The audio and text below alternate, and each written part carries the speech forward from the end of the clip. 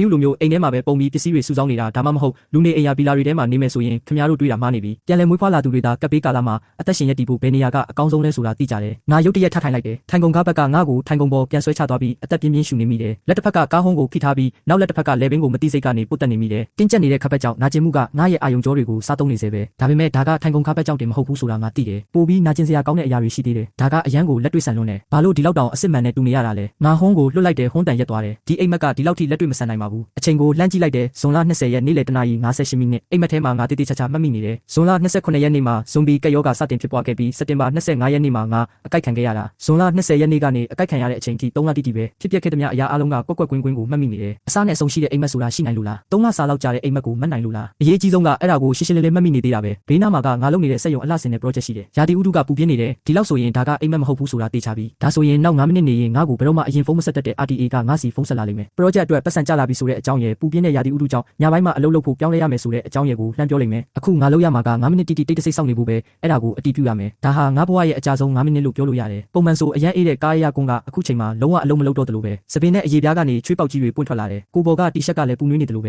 ဲထိုင်ကုန်ကလေဝင်လေထွက်မကောင်းရင်တော်တော်လေးဒုက္ခရောက်မှာတေးချတယ်ငါအခုဘောင်းဘီတဲ့တေးထွက်ကြမတက်ဖြစ်နေပြီတနာရီ43မိနစ်နာရီကအဲ့ဒီအချိန်ကိုပြောင်းသွားတဲ့အခိုက်အတန့်မှာငါစိတ်သက်သာရသွားတယ်တောက်ကိုပြန်ချောက်လက်နေတာချွေးတွေကိုလက်နဲ့တုပ်လိုက်တယ်ဖုန်းကိုကောက်ကင်ပြီးဗီဒီယိုကြည့်ဖို့ပြင်လိုက်တယ်အဲ့ဒီအချိန်မှာပဲဖုန်းစကရင်ကလင်းလက်သွားတယ်ဖုန်းဝင်လာပြီးရှုပ်ထွေးနေတဲ့စိတ်တွေနဲ့ဖုန်းကိုကင်လိုက်တယ်ငါကိုငါတည်ငြိမ်အောင်စူးစမ်းလိုက်တယ်ဘယ်လိုပြန်ဖြေရမလဲဆိုတာစဉ်းစားလိုက်တယ်ဘာပဲဖြစ်ဖြစ်အသက်ရှင်ဖို့ကအရေးကြီးတယ်ငါကအစမ်းကာလကိုဖြတ်တန်းခဲ့ပူပြီးလေအချိန်တိတ်မကြာလိုက်ပေမဲ့အတွေ့အကြုံအများကြီးရခဲ့တယ်အထူးသဖြင့်အရေးကြီးတာကဒီ3လအတွင်းမှတ်ဉာဏ်တွေကအလွန်ကိုရှင်းလင်းနေတာပဲအဲ့ဒါကငါဆက်လက်အသက်ရှင်တန်နိုင်ဖို့တေချာပေါက်ကြီးမားတဲ့လမ်းညွှန်မှုဖြစ်လာလိမ့်မယ်ငါကားဆက်နှိုးလိုက်တဲ့အိမ်ကိုပြန်မယ်ဒီအချိန်မှာလုံခြုံတဲ့နောက်တန်းတစ်ခုတိစောက်ဖို့ကပထမဆုံးခြေလှမ်းပဲတိုက်ဆိုင်ပဲဒီနေ့ငါမိမကအလှည့်ကျပေးရမှုလို့အိမ်မှာနားနေတယ်ဘုံငါမိမကအဲ့ခန်းထဲမှာဇွန်ဘီဇလန်တွဲကိုထိုင်ကြည့်နေတယ်တိုက်ဆိုင်လုံးနေတာမဟုတ်ဘူးလားအဲ့ဒါကိုကြည့်နေစရာမလိုတော့ဘူးနောက်6ရက်နေရင်ကိုယ်တိုင်ကိုကြဝင်ပါရတော့မှာမိနစ်40လောက်အချိန်ယူလိုက်ရတယ်မိမဖြစ်သူကိုငါယူမနေဘူးဆိုတာတက်တည်ပြဖို့လေအခုညနေ3နာရီခွဲပြီနေ့အမေညနေ4နာရီကြာရင်ဖုန်းဆက်လာလိမ့်မယ်မိဖို့ကြောင့်တဲကရေပိုက်ကောင်းပြတ်သွားပြီးရေတွေနေရအနှံ့ပန်းထွက်နေတယ်လို့ပြောလိမ့်မယ်ငါအမေကနေ့လေကဆိုင်မှာရှိနေတာလေဒီနေ့ဆိုင်မှာမီးပြက်လို့သူအိမ်ပြန်သွားတာဆိုပြီးမိမကပြောတယ်ငါမိမရဲ့ဖုန်းမြည်လာတယ်ရောက်ခမစီကနေဖုန်းလာတာဖုန်းကင်လိုက်ဖို့ငါမိမကိုအချက်ပြလိုက်တယ်မိမကဖုန်းကင်ရမှာကိုတုံဆိုင်နေတယ်ငါကဖုန်းကိုစပီကာဖွင့်လိုက်တယ်အမေအိမ်ပြန်ရောက်ပြီးနေ့လေကဆိုင်မှာမီးပြက်သွားလို့လေတဲ့ငါမိမမျက်လုံးတွေပြူးကျသွားတယ်သမီးနဲ့ရန်ကုန်ညနေကျရင်အိမ်ကိုထမင်းလာစားကြတော့တဲ့မိမကကြောင်တောင်နဲ့ဖုန်းချလိုက်တယ်ငါကိုတန်တရာမျက်လုံးတွေနဲ့ကြည့်လာတယ်ဆိုင်မှာမီးပြက်မယ်ဆိုတာနင်းကြိုးတိနေတာပဲအခုထိမယုံသေးဘူးပေါ့စိတ်အေးထားပါနဲ့အမေ4နာရီတိတိကျရင်ဖုန်းဆက်လိုက်မယ်ရေပိုက်ကောင်းပြတ်သွားပြီလို့ပြောလိုက်မယ်အခုချိန်မှာငါကလောမနေတော့ဘူးကွန်ပျူတာကိုဖွင့်ပြီးဖိုရမ်ကိုဝင်လိုက်တယ်လေ့လာလို့ရမယ်ကပ်ပေးရင်ဆိုင်ရေးအစီအစဉ်တွေများတင်ထားတာရှိမလားလို့ရှာကြည့်လိုက်တယ်ငါမိမကတော့ကနာမငြိမ်ဖြစ်ပြီးဖုန်းလာမဲ့အချိန်ကိုစောင့်နေတော့တယ်4နာရီတိတိမှာပဲရောက်ခမစီကဖုန်းကအချိန်ကိုက်ဝင်လာတယ်ငါမိမဖုန်းကင်လိုက်တယ်အထောက်ထားခိုင်လုံသွားတဲ့ပုံစံနဲ့ငါ့ကိုကြည့်လာတယ်နင်ပြောတာတွေကတကယ်ဖြစ်နေတာပဲအဲ့ဒါကိုအိမ်မက်လို့ခေါ်လို့ရပါတယ်အိမ်မက်ထဲမှာငါရောငါမိဘတွေရောငါညီမရောဘလို့နေလဲနင့်အမေရောဘလို့နေလဲလို့သူမကမေးတယ်ငါအမေကကပ်ပေးစတင်တဲ့နေ့မှာပဲမဟုံးပလာဇာမှာတည်ဆုံသွားခဲ့တယ်နင့်ညီမက14ရက်မြောက်နေ့မှာအဆက်အသွယ်ပြတ်သွားတယ်အဖေနဲ့အမေကအိမ်မှာ55ရက်တိုင်တောက်ခံနိုင်ခဲ့တယ်ငါကရောနင်ကအိမ်မှာပုံနေခဲ့တယ်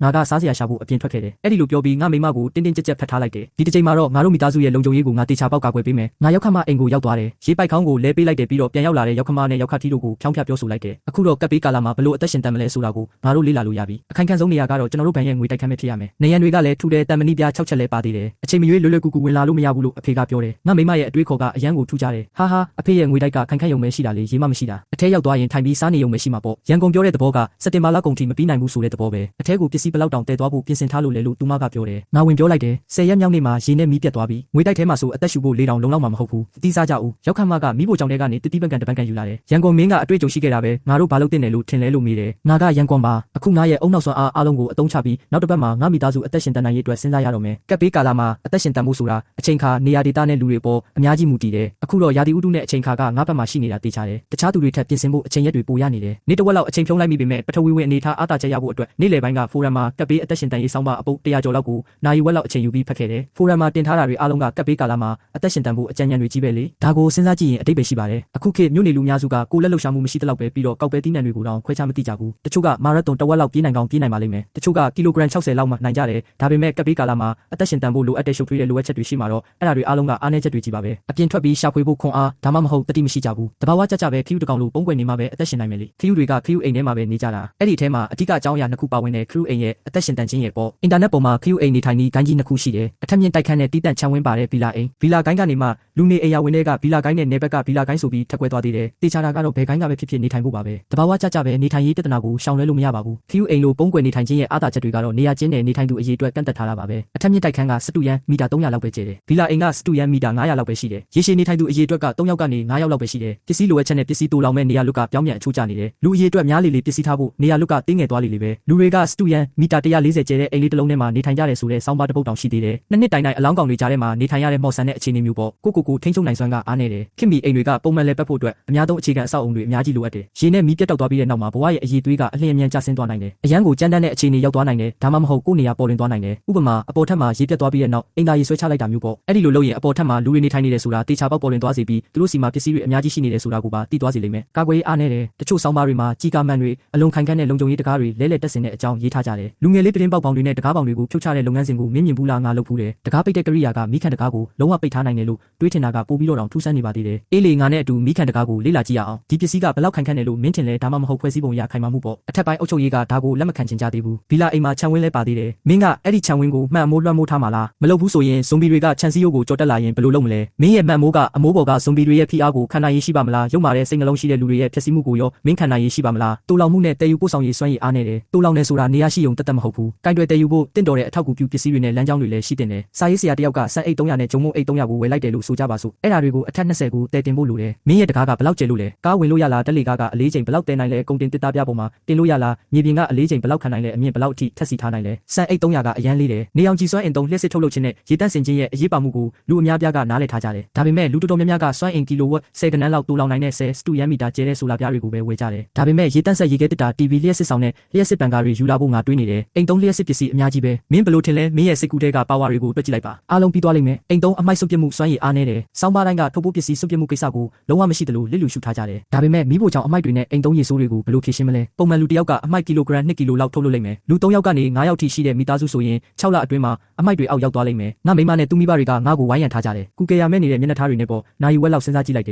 ်အိမ်မက်ထဲက3လအတွင်းမှာငါအရန်ကိုစိတ်ထိခိုက်နာကျင်ခဲ့ရတယ်နေရာတစ်ခုရခဲ့တယ်ဒီနေရာကိုငါရွေးချယ်ပြီးသားပါငါပြုံးလိုက်ပြီးငါမိမကိုကြည့်လိုက်တယ်ဒါပေမဲ့ငါတို့အရင်ဆုံးလူဦးရေကိုတတ်မှတ်ရမယ်ငါမိမနဲ့ငါကကလေးမယူတဲ့ဇနီးမောင်နှံတွေပါသူမိဘတွေကတက်ရှိထင်ရှားရှိသေးတယ်ငါဖေကတော့ဆုံးသွားပြီးငါအမေကငါတို့နဲ့အတူနေတယ်အိမ်မှာ3နှစ်အရွယ်လာဘရာဒေါခွေးနဲ့တကောင်ရှိတယ်ငါရောက်ခတ်တီမှာကြောင်ဝါကြီးတကောင်ရှိတယ်ငါမိမမှာညီမလေးတစ်ယောက်လည်းရှိသေးတယ်သူကအခုဘေးနားကပြည်နယ်ဆေးရုံမှာအလုပ်တင်ဆရာဝန်အဖြစ်အလုပ်လုပ်နေတယ်လူ9ယောက်ကြောင်တကောင်ခွေးတကောင်ပါဝင်တဲ့အခြေခံအဖွဲ့လေးတစ်ဖွဲ့ပေါ့ရောက်ခတ်တီကအရင်တုန်းကကိုပိုင်စီးပွားရေးလုပ်ခဲ့မှုတဲ့စက်ပြင်သားတွေလျှက်စစ်ပစ္စည်းပြင်သားတွေတက်တယ်ငါမှာပြီးအဆင့်ရင်မောင်းလိုက်စင်ရှိတယ်ကားကြီးတွေမောင်းတက်တယ်လက်သမားပန်းရံနဲ့ကဟေစော်တဲ့အလုပ်တွေကိုလည်းငါကိုယ်တိုင်လုပ်တတ်တယ်ရိုးရှင်းတဲ့အိမ်ဆောက်တဲ့အလုပ်တွေလည်းရပါတယ်ငါတို့လုပ်နိုင်တယ်တခြားသူတွေကဥဆောင်ကြတယ်ခိုလုံရစခန်းဆောက်နိုင်မယ်ဆိုတာကိုငါယုံကြည်မှုအပြည့်ရှိတယ်နင့်ညီမကိုအရင်ပြန်ခေါ်လိုက်ရီးစားရှိရင်လည်းခေါ်လာခဲ့လို့ရတယ်လေမင်းတို့ကဘယ်နေရာမှာသွားပြီးခိုလုံကြမလို့လဲငါနာမည်ကရန်ကွန်းငါကအလှဆင်ကုမ္ပဏီလေးတစ်ခုရဲ့ boss အငယ်စားလေးတစ်ယောက်ပါငါဘယ်တော့မှမမျှော်လင့်ထားခဲ့ဘူးတနေ့ကျတော့ငါထမင်းစားနေတဲ့ပညာကအသက်ကယ်နိုင်တဲ့ကျွမ်းကျင်မှုတစ်ခုဖြစ်လာလိမ့်မယ်လို့လေပြီးတော့ဇွန်ဘီကပ်ဘေးကြီးထဲမှာငါမိသားစုကိုကာကွယ်ဖို့ဒီကျွမ်းကျင်မှုကိုငါအားကိုးခြင်းတယ်2018ခုနှစ်ဇွန်လကပ်ဘေးကာလအသက်ရှင်တန်ရေးအဖွဲ့ရဲ့ပထမဆုံးပြင်ဆင်မှုအစည်းအဝေးရောက်ခတိအိမ်ရဲ့အခန်းမှာပေါ့တက်ရောက်သူစရင်ရောက်ခတိနဲ့ရောက်ခမငါမိမကလေးလာသူအဖြစ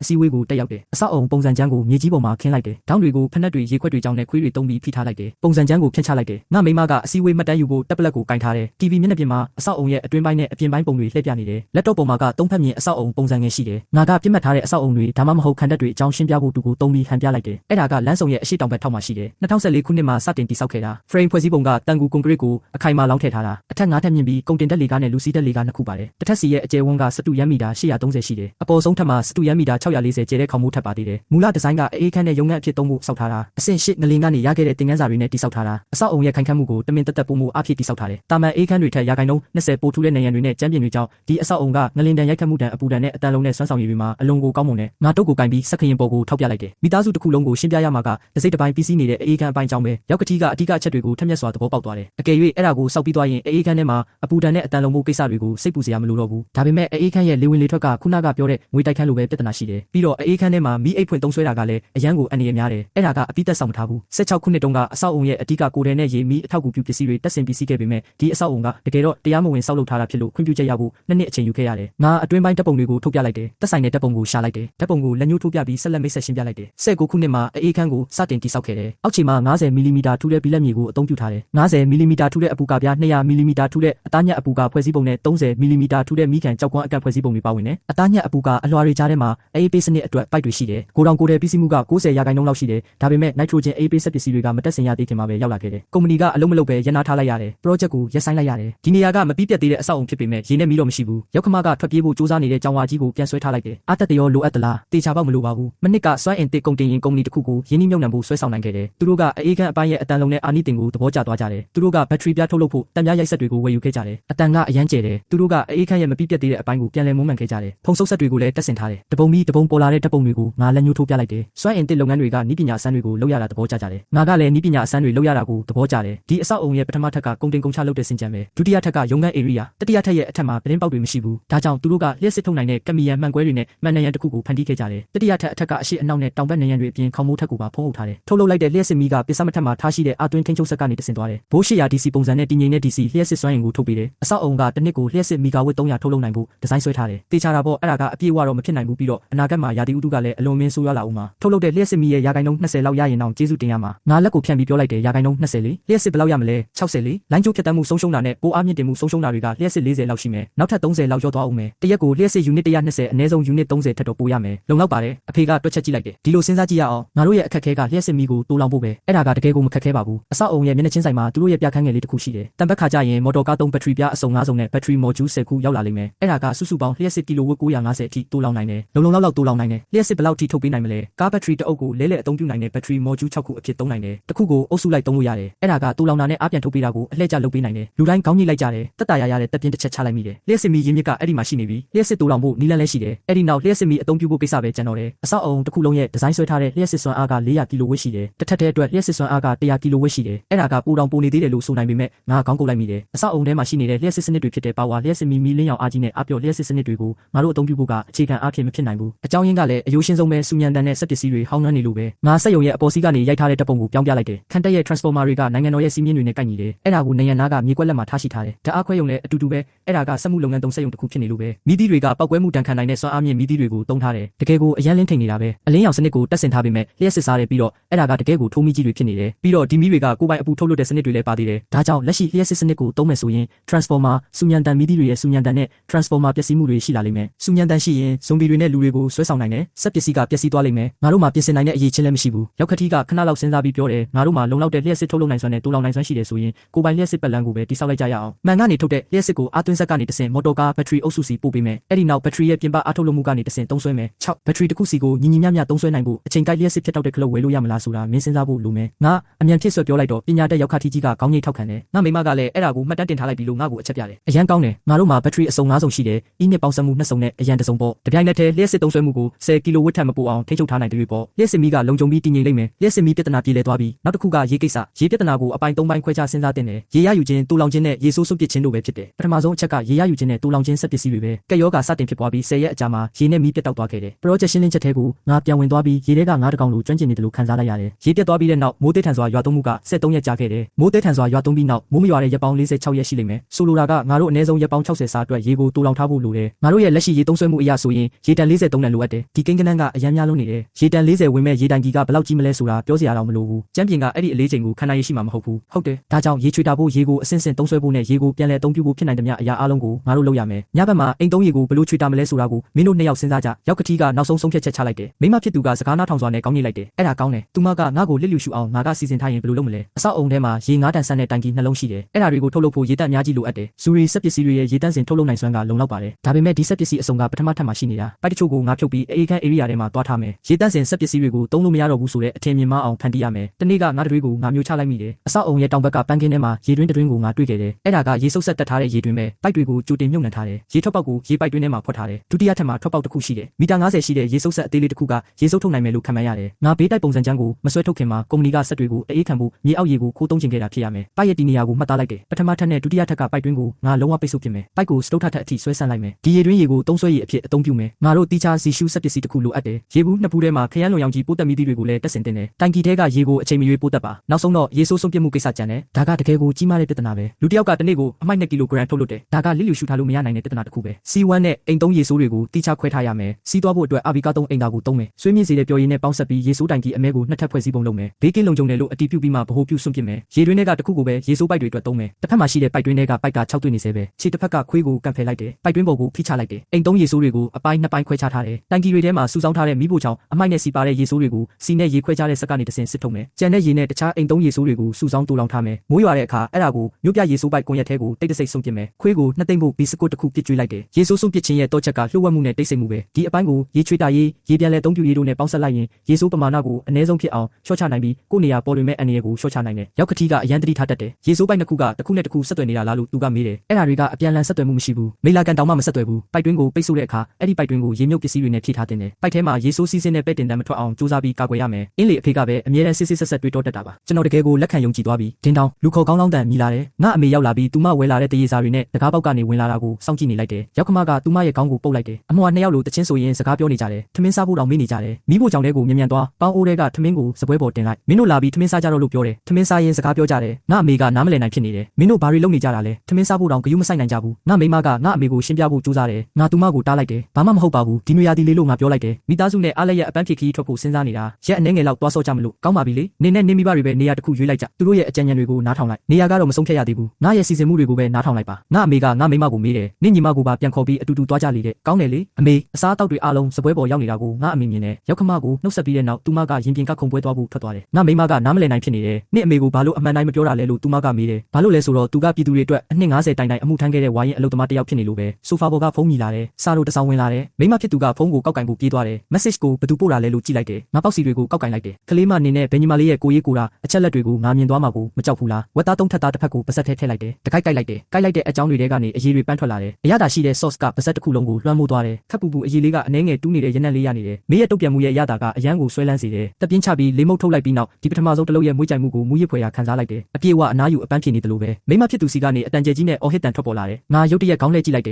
ယ်မရင်းနှီးတဲ့ဖုန်းနံပါတ်တွေနင်ဘာလုပ်နေလဲဆိုတာငါသိတယ်တဲ့အချိန်တွေရက်တန့်သွားတယ်လို့ပဲဖုန်းရဲ့ညွှန်ပြမိလေးကသတင်းချက်လက်အသေးရောက်လာတယ်ဆိုတာကိုလင်းလက်ပြသနေတယ်အချိန်တွေကုန်လုံးနေချောင်းကိုတက်တည်ပြဖို့ကြိုးစားနေစေပဲငါရန်ကွန်ဟာဘယ်တော့မှစရင်ကင်တယောက်မဖြစ်ခဲ့ဘူးစရင်ကင်အဓိကဘာသာရပ်နဲ့ကောလိပ်ကပွဲရခဲ့ပေမဲ့ပေါ့အခုငါတွက်ချက်ချင်တာကမိသားစုကကပ်ပေးကနေဘလို့လွတ်မြောက်အသက်ရှင်မလဲဆိုတာပဲတွက်ချက်တာကအသက်ရှင်ဖို့မဟုတ်နိုင်ဘူးတကယ်လို့ကောင်းကောင်းမတွက်ချက်ဘူးဆိုရင်တေချာပေါက်ပျက်စီးဆုံးရှုံးရမှာပဲပါဇက်ထဲကအစားအစာတွေကိုငါမျိုးချလိုက်တယ်နောက်ပြန်ရေတွက်မှုကိုစတင်လိုက်တယ်ဖုန်းစခရင်ကထလင်းလာပြန်တယ်ဖုန်းကင်လိုက်တယ်အဲ့ဒါကမရင်းနှီးတဲ့ဖုန်းနံပါတ်ပဲဖြစ်နေတော့မယ်မိမဖြစ်သူကသူမရဲ့ဖုန်းကိုစပွဲပေါ်ပစ်ချလိုက်တယ်သူကနောက်ကိုလှည့်ပြီးငါကြောအနောက်မှာပုံနေတယ်သူ့လက်တွေကငါအင်ဂျီစွန်းကိုတင်းတင်းကြပ်ကြပ်ဆုပ်ကင်ထားတယ်ငါဖုန်းကင်လိုက်တယ်စပီကာဖွင့်လိုက်တယ်ကြည်လင်တဲ့မိန်းကလေးအတန်ထွက်ပေါ်လာတယ်ကြောက်စရာကြီးပဲနင်းကြောက်နေတာလားငါကတော့ဘာမှမဖြစ်ပါဘူးနင့်ညီမကတော့အရန်ကြောက်နေတာဘလို့လုပ်ဖြစ်နိုင်မှာလဲငါဖုန်းနံပါတ်ပြောင်းလိုက်ပြီဆိုတဲ့အကြောင်းငါညီမစီ WeChat ကနေ message ပို့လိုက်တယ်ဖုန်းကိုကိုယ်တိုင်ကြည့်လိုက်လေ data internet ဖွင့်မထားဘူး WeChat လည်းချိန်မထားဘူးဒါကဘလို့လုပ်ဖြစ်နိုင်မှာလဲငါအရင်ဖုန်းချလိုက်တော့မယ်နင်ပဲငါညီမကိုချော့လိုက်တော့ကောင်းပြီလေမနေ့ပြန်ကြမှာသူ့စီငါဖုန်းဆက်လိုက်မယ်ဘီဘီငါမိမဘက်ကိုဖုန်းလုပ်ပြလိုက်တယ်ဟွန်းငါမိမကသူမမျောလင်းထားတဲ့အတိုင်းဖြစ်လာလို့အရန်ဒေါသထွက်သွားတယ်ဒီကောင်မဆုပ်လေးယူနေပြီပဲမနေ့ပြန်နင်ကားမောင်းပြီးသူ့ကိုတွားကြိုလိုက်ဆရာဝန်ဆေးစာတစ်ခုပါတခါတည်းရေးခိုင်းလိုက်ရင်ပိုကောင်းမယ်အိမ်သုံးဆေးတစ်တာအတွက်ဆေးစရင်ရေးခိုင်းလိုက်အုပ်ရည်20လောက်ဝယ်ခဲ့ကောင်းပြီလေရှမ်ပီယံမှာဘာလို့တွားဝယ်ရမှာလဲခရိုင်နယ်ဆက်ဆိုတာတတိထားမိဖို့မလွယ်တဲ့ပြည်နယ်တစ်ခုလေပြီးတော့ငါတွားကြိတ်လိုက်တယ်ကလေးတွေကရှုပ်ရှက်ခတ်အောင်လုပ်နေကြတယ်နင်တို့တွေပညာပေးခံရဖို့လိုနေပြီမိသားစုတွေအမြန်ထမင်းစားလိုက်ကြတယ်အဲခန်းကျမ်းပြင်ပေါ်မှာလှည့်ပြီးသူ့ရဲ့သူတေသနာကိုဆက်လုပ်နေတယ်အဖိုးကြီးကခွက်တစ်ခွက်ကိုကိုင်းရင်ဖြည်းဖြည်းချင်းပြောတယ်ရေဆိုးဆူဆောင်စွန့်ပစ်ဖို့ဆို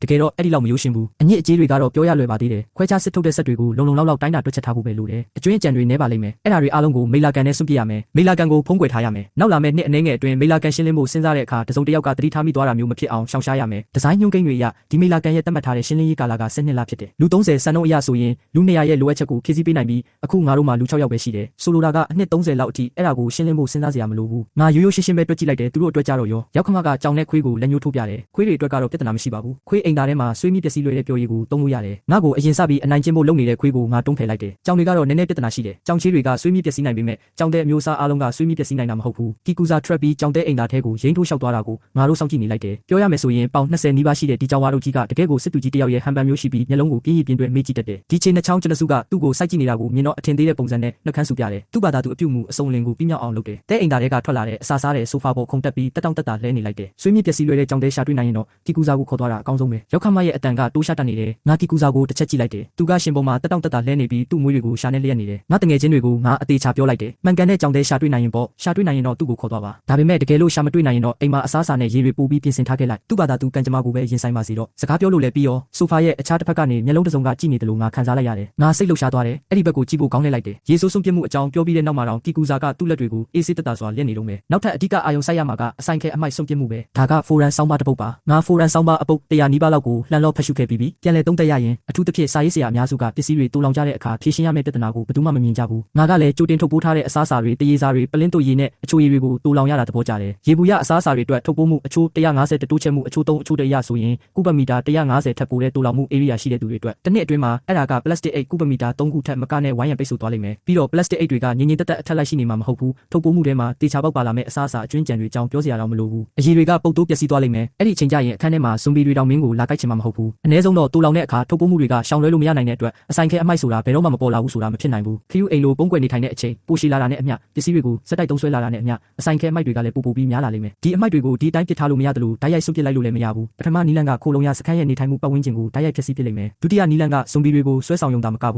ူးမကောင်းတဲ့ရည်ရွယ်ချက်ရှိတဲ့လူတွေကိုပါဆွဲဆောင်နိုင်ပွဲရှိတယ်ဖြည့်ရှင်းနည်းကိုအပိုင်းနှစ်ပိုင်းခွဲခြားထားတယ်အရင်းမြစ်နဲ့ကင်တွယ်ဖြည့်ရှင်းမှုဆိုတဲ့အပိုင်းနှစ်ပိုင်းကနေစတင်မယ်ငါလက်ထဲကကိုကာကိုလာဘူးကိုခါရမ်းပြီးလူတိုင်းကိုပြလိုက်တယ်ငါတို့တူလောင်ထားတဲ့ပစ္စည်းတွေရဲ့ထုတ်ပိုးမှုနဲ့ပတ်သက်ပြီးပြောရရင်ပလင်းတွေကိုပြက်ပြက်တသားရှောင်ရှားရမယ်စီပိုင်းတွေတက်တူကြွေထဲနဲ့တခြားထုတ်ပိုးပစ္စည်းတွေလိုမျိုးထုတဲ့ကြီးမားတဲ့ထုတ်ပိုးမှုပုံစံ6မျိုးနဲ့ဖန်ထဲတွေအသုံးပြုမှုကိုရှောင်ရမယ်ဒါဆိုရင်နောင်ကြရင်နင်းကိုကာကိုလာတောက်ရတော့မှာမဟုတ်ဘူးလေအသေးအဖွဲပြဿနာလေးပါကာဗွန်ဒိုင်အောက်ဆိုဒ်ဆလင်ဒါ2ဖူးလောက်ပြင်ဆင်ထားလိုက်ကိုလာအရေကြိုနဲ့ရောလိုက်ရင်ကိုကာကိုလာဖြစ်သွားတာပဲမိသက်ဆေးဘူးတွေနဲ့လက်နက်တွေအဖြစ်လဲသုံးလို့ရသေးတယ်ပြီးတော့မုတ်ဖုတ်ဆိုတာနဲ့ citric acid ကနေကာဗွန်ဒိုင်အောက်ဆိုဒ်ထုတ်လုပ်ပေးနိုင်တယ်ဒီလောက်ရိုးရှင်းတဲ့လုပ်ငန်းစဉ်လေးကိုစားတောက်ကုန်ဘာသာရက်နဲ့ပွဲရခဲ့တဲ့စရင်ကိုင်တယောက်ဖြစ်တဲ့ငါအတွက်တောင်အဆိုင်ခဲအမိုက်ဖြည့်ရှင်းမှုကခက်ခဲနေတယ်ငါတို့ဆက်သေးလေးနှလုံးကိုမိတ်ဆက်ဖို့လိုတယ်ငါဓာတ်ပုံကိုဖွင့်လိုက်တယ်ဘယ်ဘက်မှာရှိတာကအမြန်နှုတ်နေပြီးဒေါင်လိုက်လဲပတ်တဲ့ဝင်ရိုးတစ်ချောင်းတက်အသေးစားကျိတ်ဆက်တစ်လုံးပဲဆက်ရဲ့အရွယ်စားက60စင်တီမီတာ46စင်တီမီတာနဲ့122စင်တီမီတာအသီးသီးရှိတယ်ကျိတ်ခွဲနိုင်တဲ့အရွယ်စားကတိတ်မကြီးဘူး40စင်တီမီတာလောက်ပဲရှိတယ်စက်ကူပလတ်စတစ်နံရံပါတဲ့သတ္တုတွေနဲ့အထည်လိပ်တွေကိုကျိတ်ချနိုင်တယ်ကျိတ်ချပြီးသားပစ္စည်းတွေရဲ့အကြီးဆုံးအရွယ်စားက3မီလီမီတာပဲရှိတယ်ငါပဲပြီးဆက်စစ်တွေကိုကောက်ကင်ပြီးဟန်ပြလိုက်တယ်ညာဘက်မှာရှိတာက PR တန်28တန်ရှိတဲ့ဝက်ဥရင်းနှစ်ခုတက်ပြချက်ဖိဆက်တစ်လုံးပဲပုံစံခွက်နဲ့ဆိုရင်ကျိတ်ဆက်ကနေကျိတ်ချပေးနိုင်တယ်15စင်တီမီတာဒါမှမဟုတ်20စင်တီမီတာပတ်လည်4000တုံးလေးတွေအဖြစ်ဖိသိပ်ပေးနိုင်တယ်ဒီတုံးလေးတွေကိုအထက်လိုက်စီထားလို့ရတယ်ဆက်နှလုံးစလုံးမှာမော်တာစွမ်းအား48 CUD လီပါရှိတယ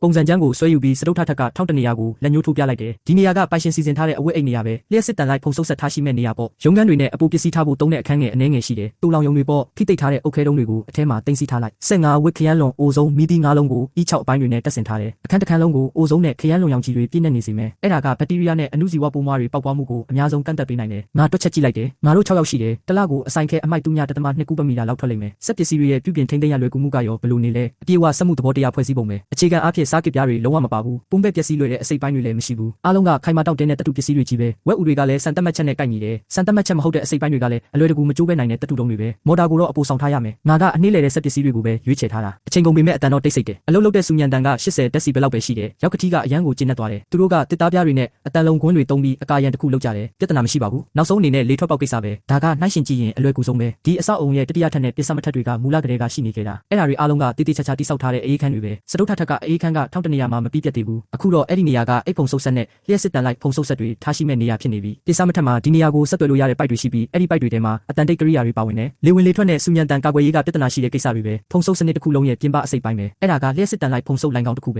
အဲ့ဒီလိုင်းကောင်းထဲမှာဖုံဆုပ်ယူဖို့တတုကွန်ရက်အလွှာပေါင်း10ကနန်းလောက်ပါဝင်တယ်အဲ့ဒါကိုကွန်ရက်လို့ခေါ်ပေမဲ့တကယ်တော့ဇရာကွက်ပြားလို့ခေါ်တဲ့အပေါ်မှာ9မီလီမီတာထူတဲ့တတုပြားရှိတယ်လေဖြတ်တန်းနိုင်ဖို့အပေါက်ကြီးသေးတွေဖွင့်ထားတယ်ငါကဒီကွန်ရက်အစီအစဉ်ကိုဖောက်ထွက်ချင်တာအဲ့ဒါကလည်းအရန်ခက်ခဲတယ်လိုင်းကောင်းရဲ့အချင်းက40စင်တီမီတာလောက်ပဲရှိတယ်ဆိုတာပြောစရာတော့မလိုဘူးမင်းကဒီနေရာကိုဘယ်လိုလုပ်ဒီလောက်တောင်ရင်းနှီးနေရတာလဲပိုင်ရှင်ကဒီမှပြီးပြတ်သေးတဲ့အေးခန်းကိုလွှဲယူပြီးနောက်မှာငါလုပ်နေတဲ့ project ဖြစ်နေလို့လူတိုင်းမေးချင်နေတဲ့မေးခွန်းကိုရောက်ခမကမေးလိုက်တယ်ဖိတ်ကြားချက်အရာငါတို့အိမ်ကိုရွေးချယ်ခဲ့တာငါတို့စတင်တာနဲ့သူ့အတွက်ထုတ်လုပ်ရေးအလုပ်ရုံနဲ့ရုံးခန်း area ကိုအလှဆင်ပေးရမယ်ပိုင်ရှင်ရှင်းပေးကိုမင်းဘယ်လိုရှင်းပြမလဲသူတို့စုစုပေါင်း73ယောက်ရှိတယ်ငါတို့ရဲ့နေဝေးက9ယောက်ပါတဲ့အဖွဲ့လေးဒီညသူတို့အားလုံးညစာအတူတူစားနေကြတယ်အဲ့ဒီအထက်ကတယောက်က nucleic acid ပိုးတွေ့ရှိလိမ့်မယ်မနှက်ဖြန်ကြရင်ဇွန်ဘီကက်ယောဂါကြောင့်လူတိုင်းအိမ်မှာပဲကွာရန်တင်းဝင်ရလိမ့်မယ်အဲ့ဒါကိုစောင့်ကြည့်ကင်မရာကနေမြင်ရလိမ့်မယ်အဆောက်အုံအပြင်ရောအတွင်းမှာစောင့်ကြည့်ကင်မရာတွေအားလုံးကောင်းမွန်နေပေမဲ့ပိုင်ရှင်စီကိုလွှဲမပေးရသေးဘူးဒါပေမဲ့ဒါကပြဿနာကြီးတော့မဟုတ်ပါဘူးတန်းကြံရဲ့စောင့်ကြည့်မှုကိုတော့ပိုင်ရှင်စီလွှဲပေးထားပြီးဒါပေမဲ့အဆောက်အုံထဲမှာငါတို့ဘာလုပ်နေလဲဆိုတာကိုတော့မြင်ရမှာမဟုတ်ဘူးအရေးကြီးဆုံးအချက်ပေါ့ငါအနေငယ်ပြုံးလိုက်တယ်ပိုင်ရှင်ကအချိန်စရာအရ project ငွေပေးချေမှုကိုသူညလို့ပြောထားပြီးပစ္စည်းပေးသွင်းသူနဲ့ငါရဲ့ငွေပေးချေရမယ့်အချိန်ကလည်းမရောက်သေးဘူးအခုငါလက်ထဲမှာငွေသား38တန်းရှိနေတယ်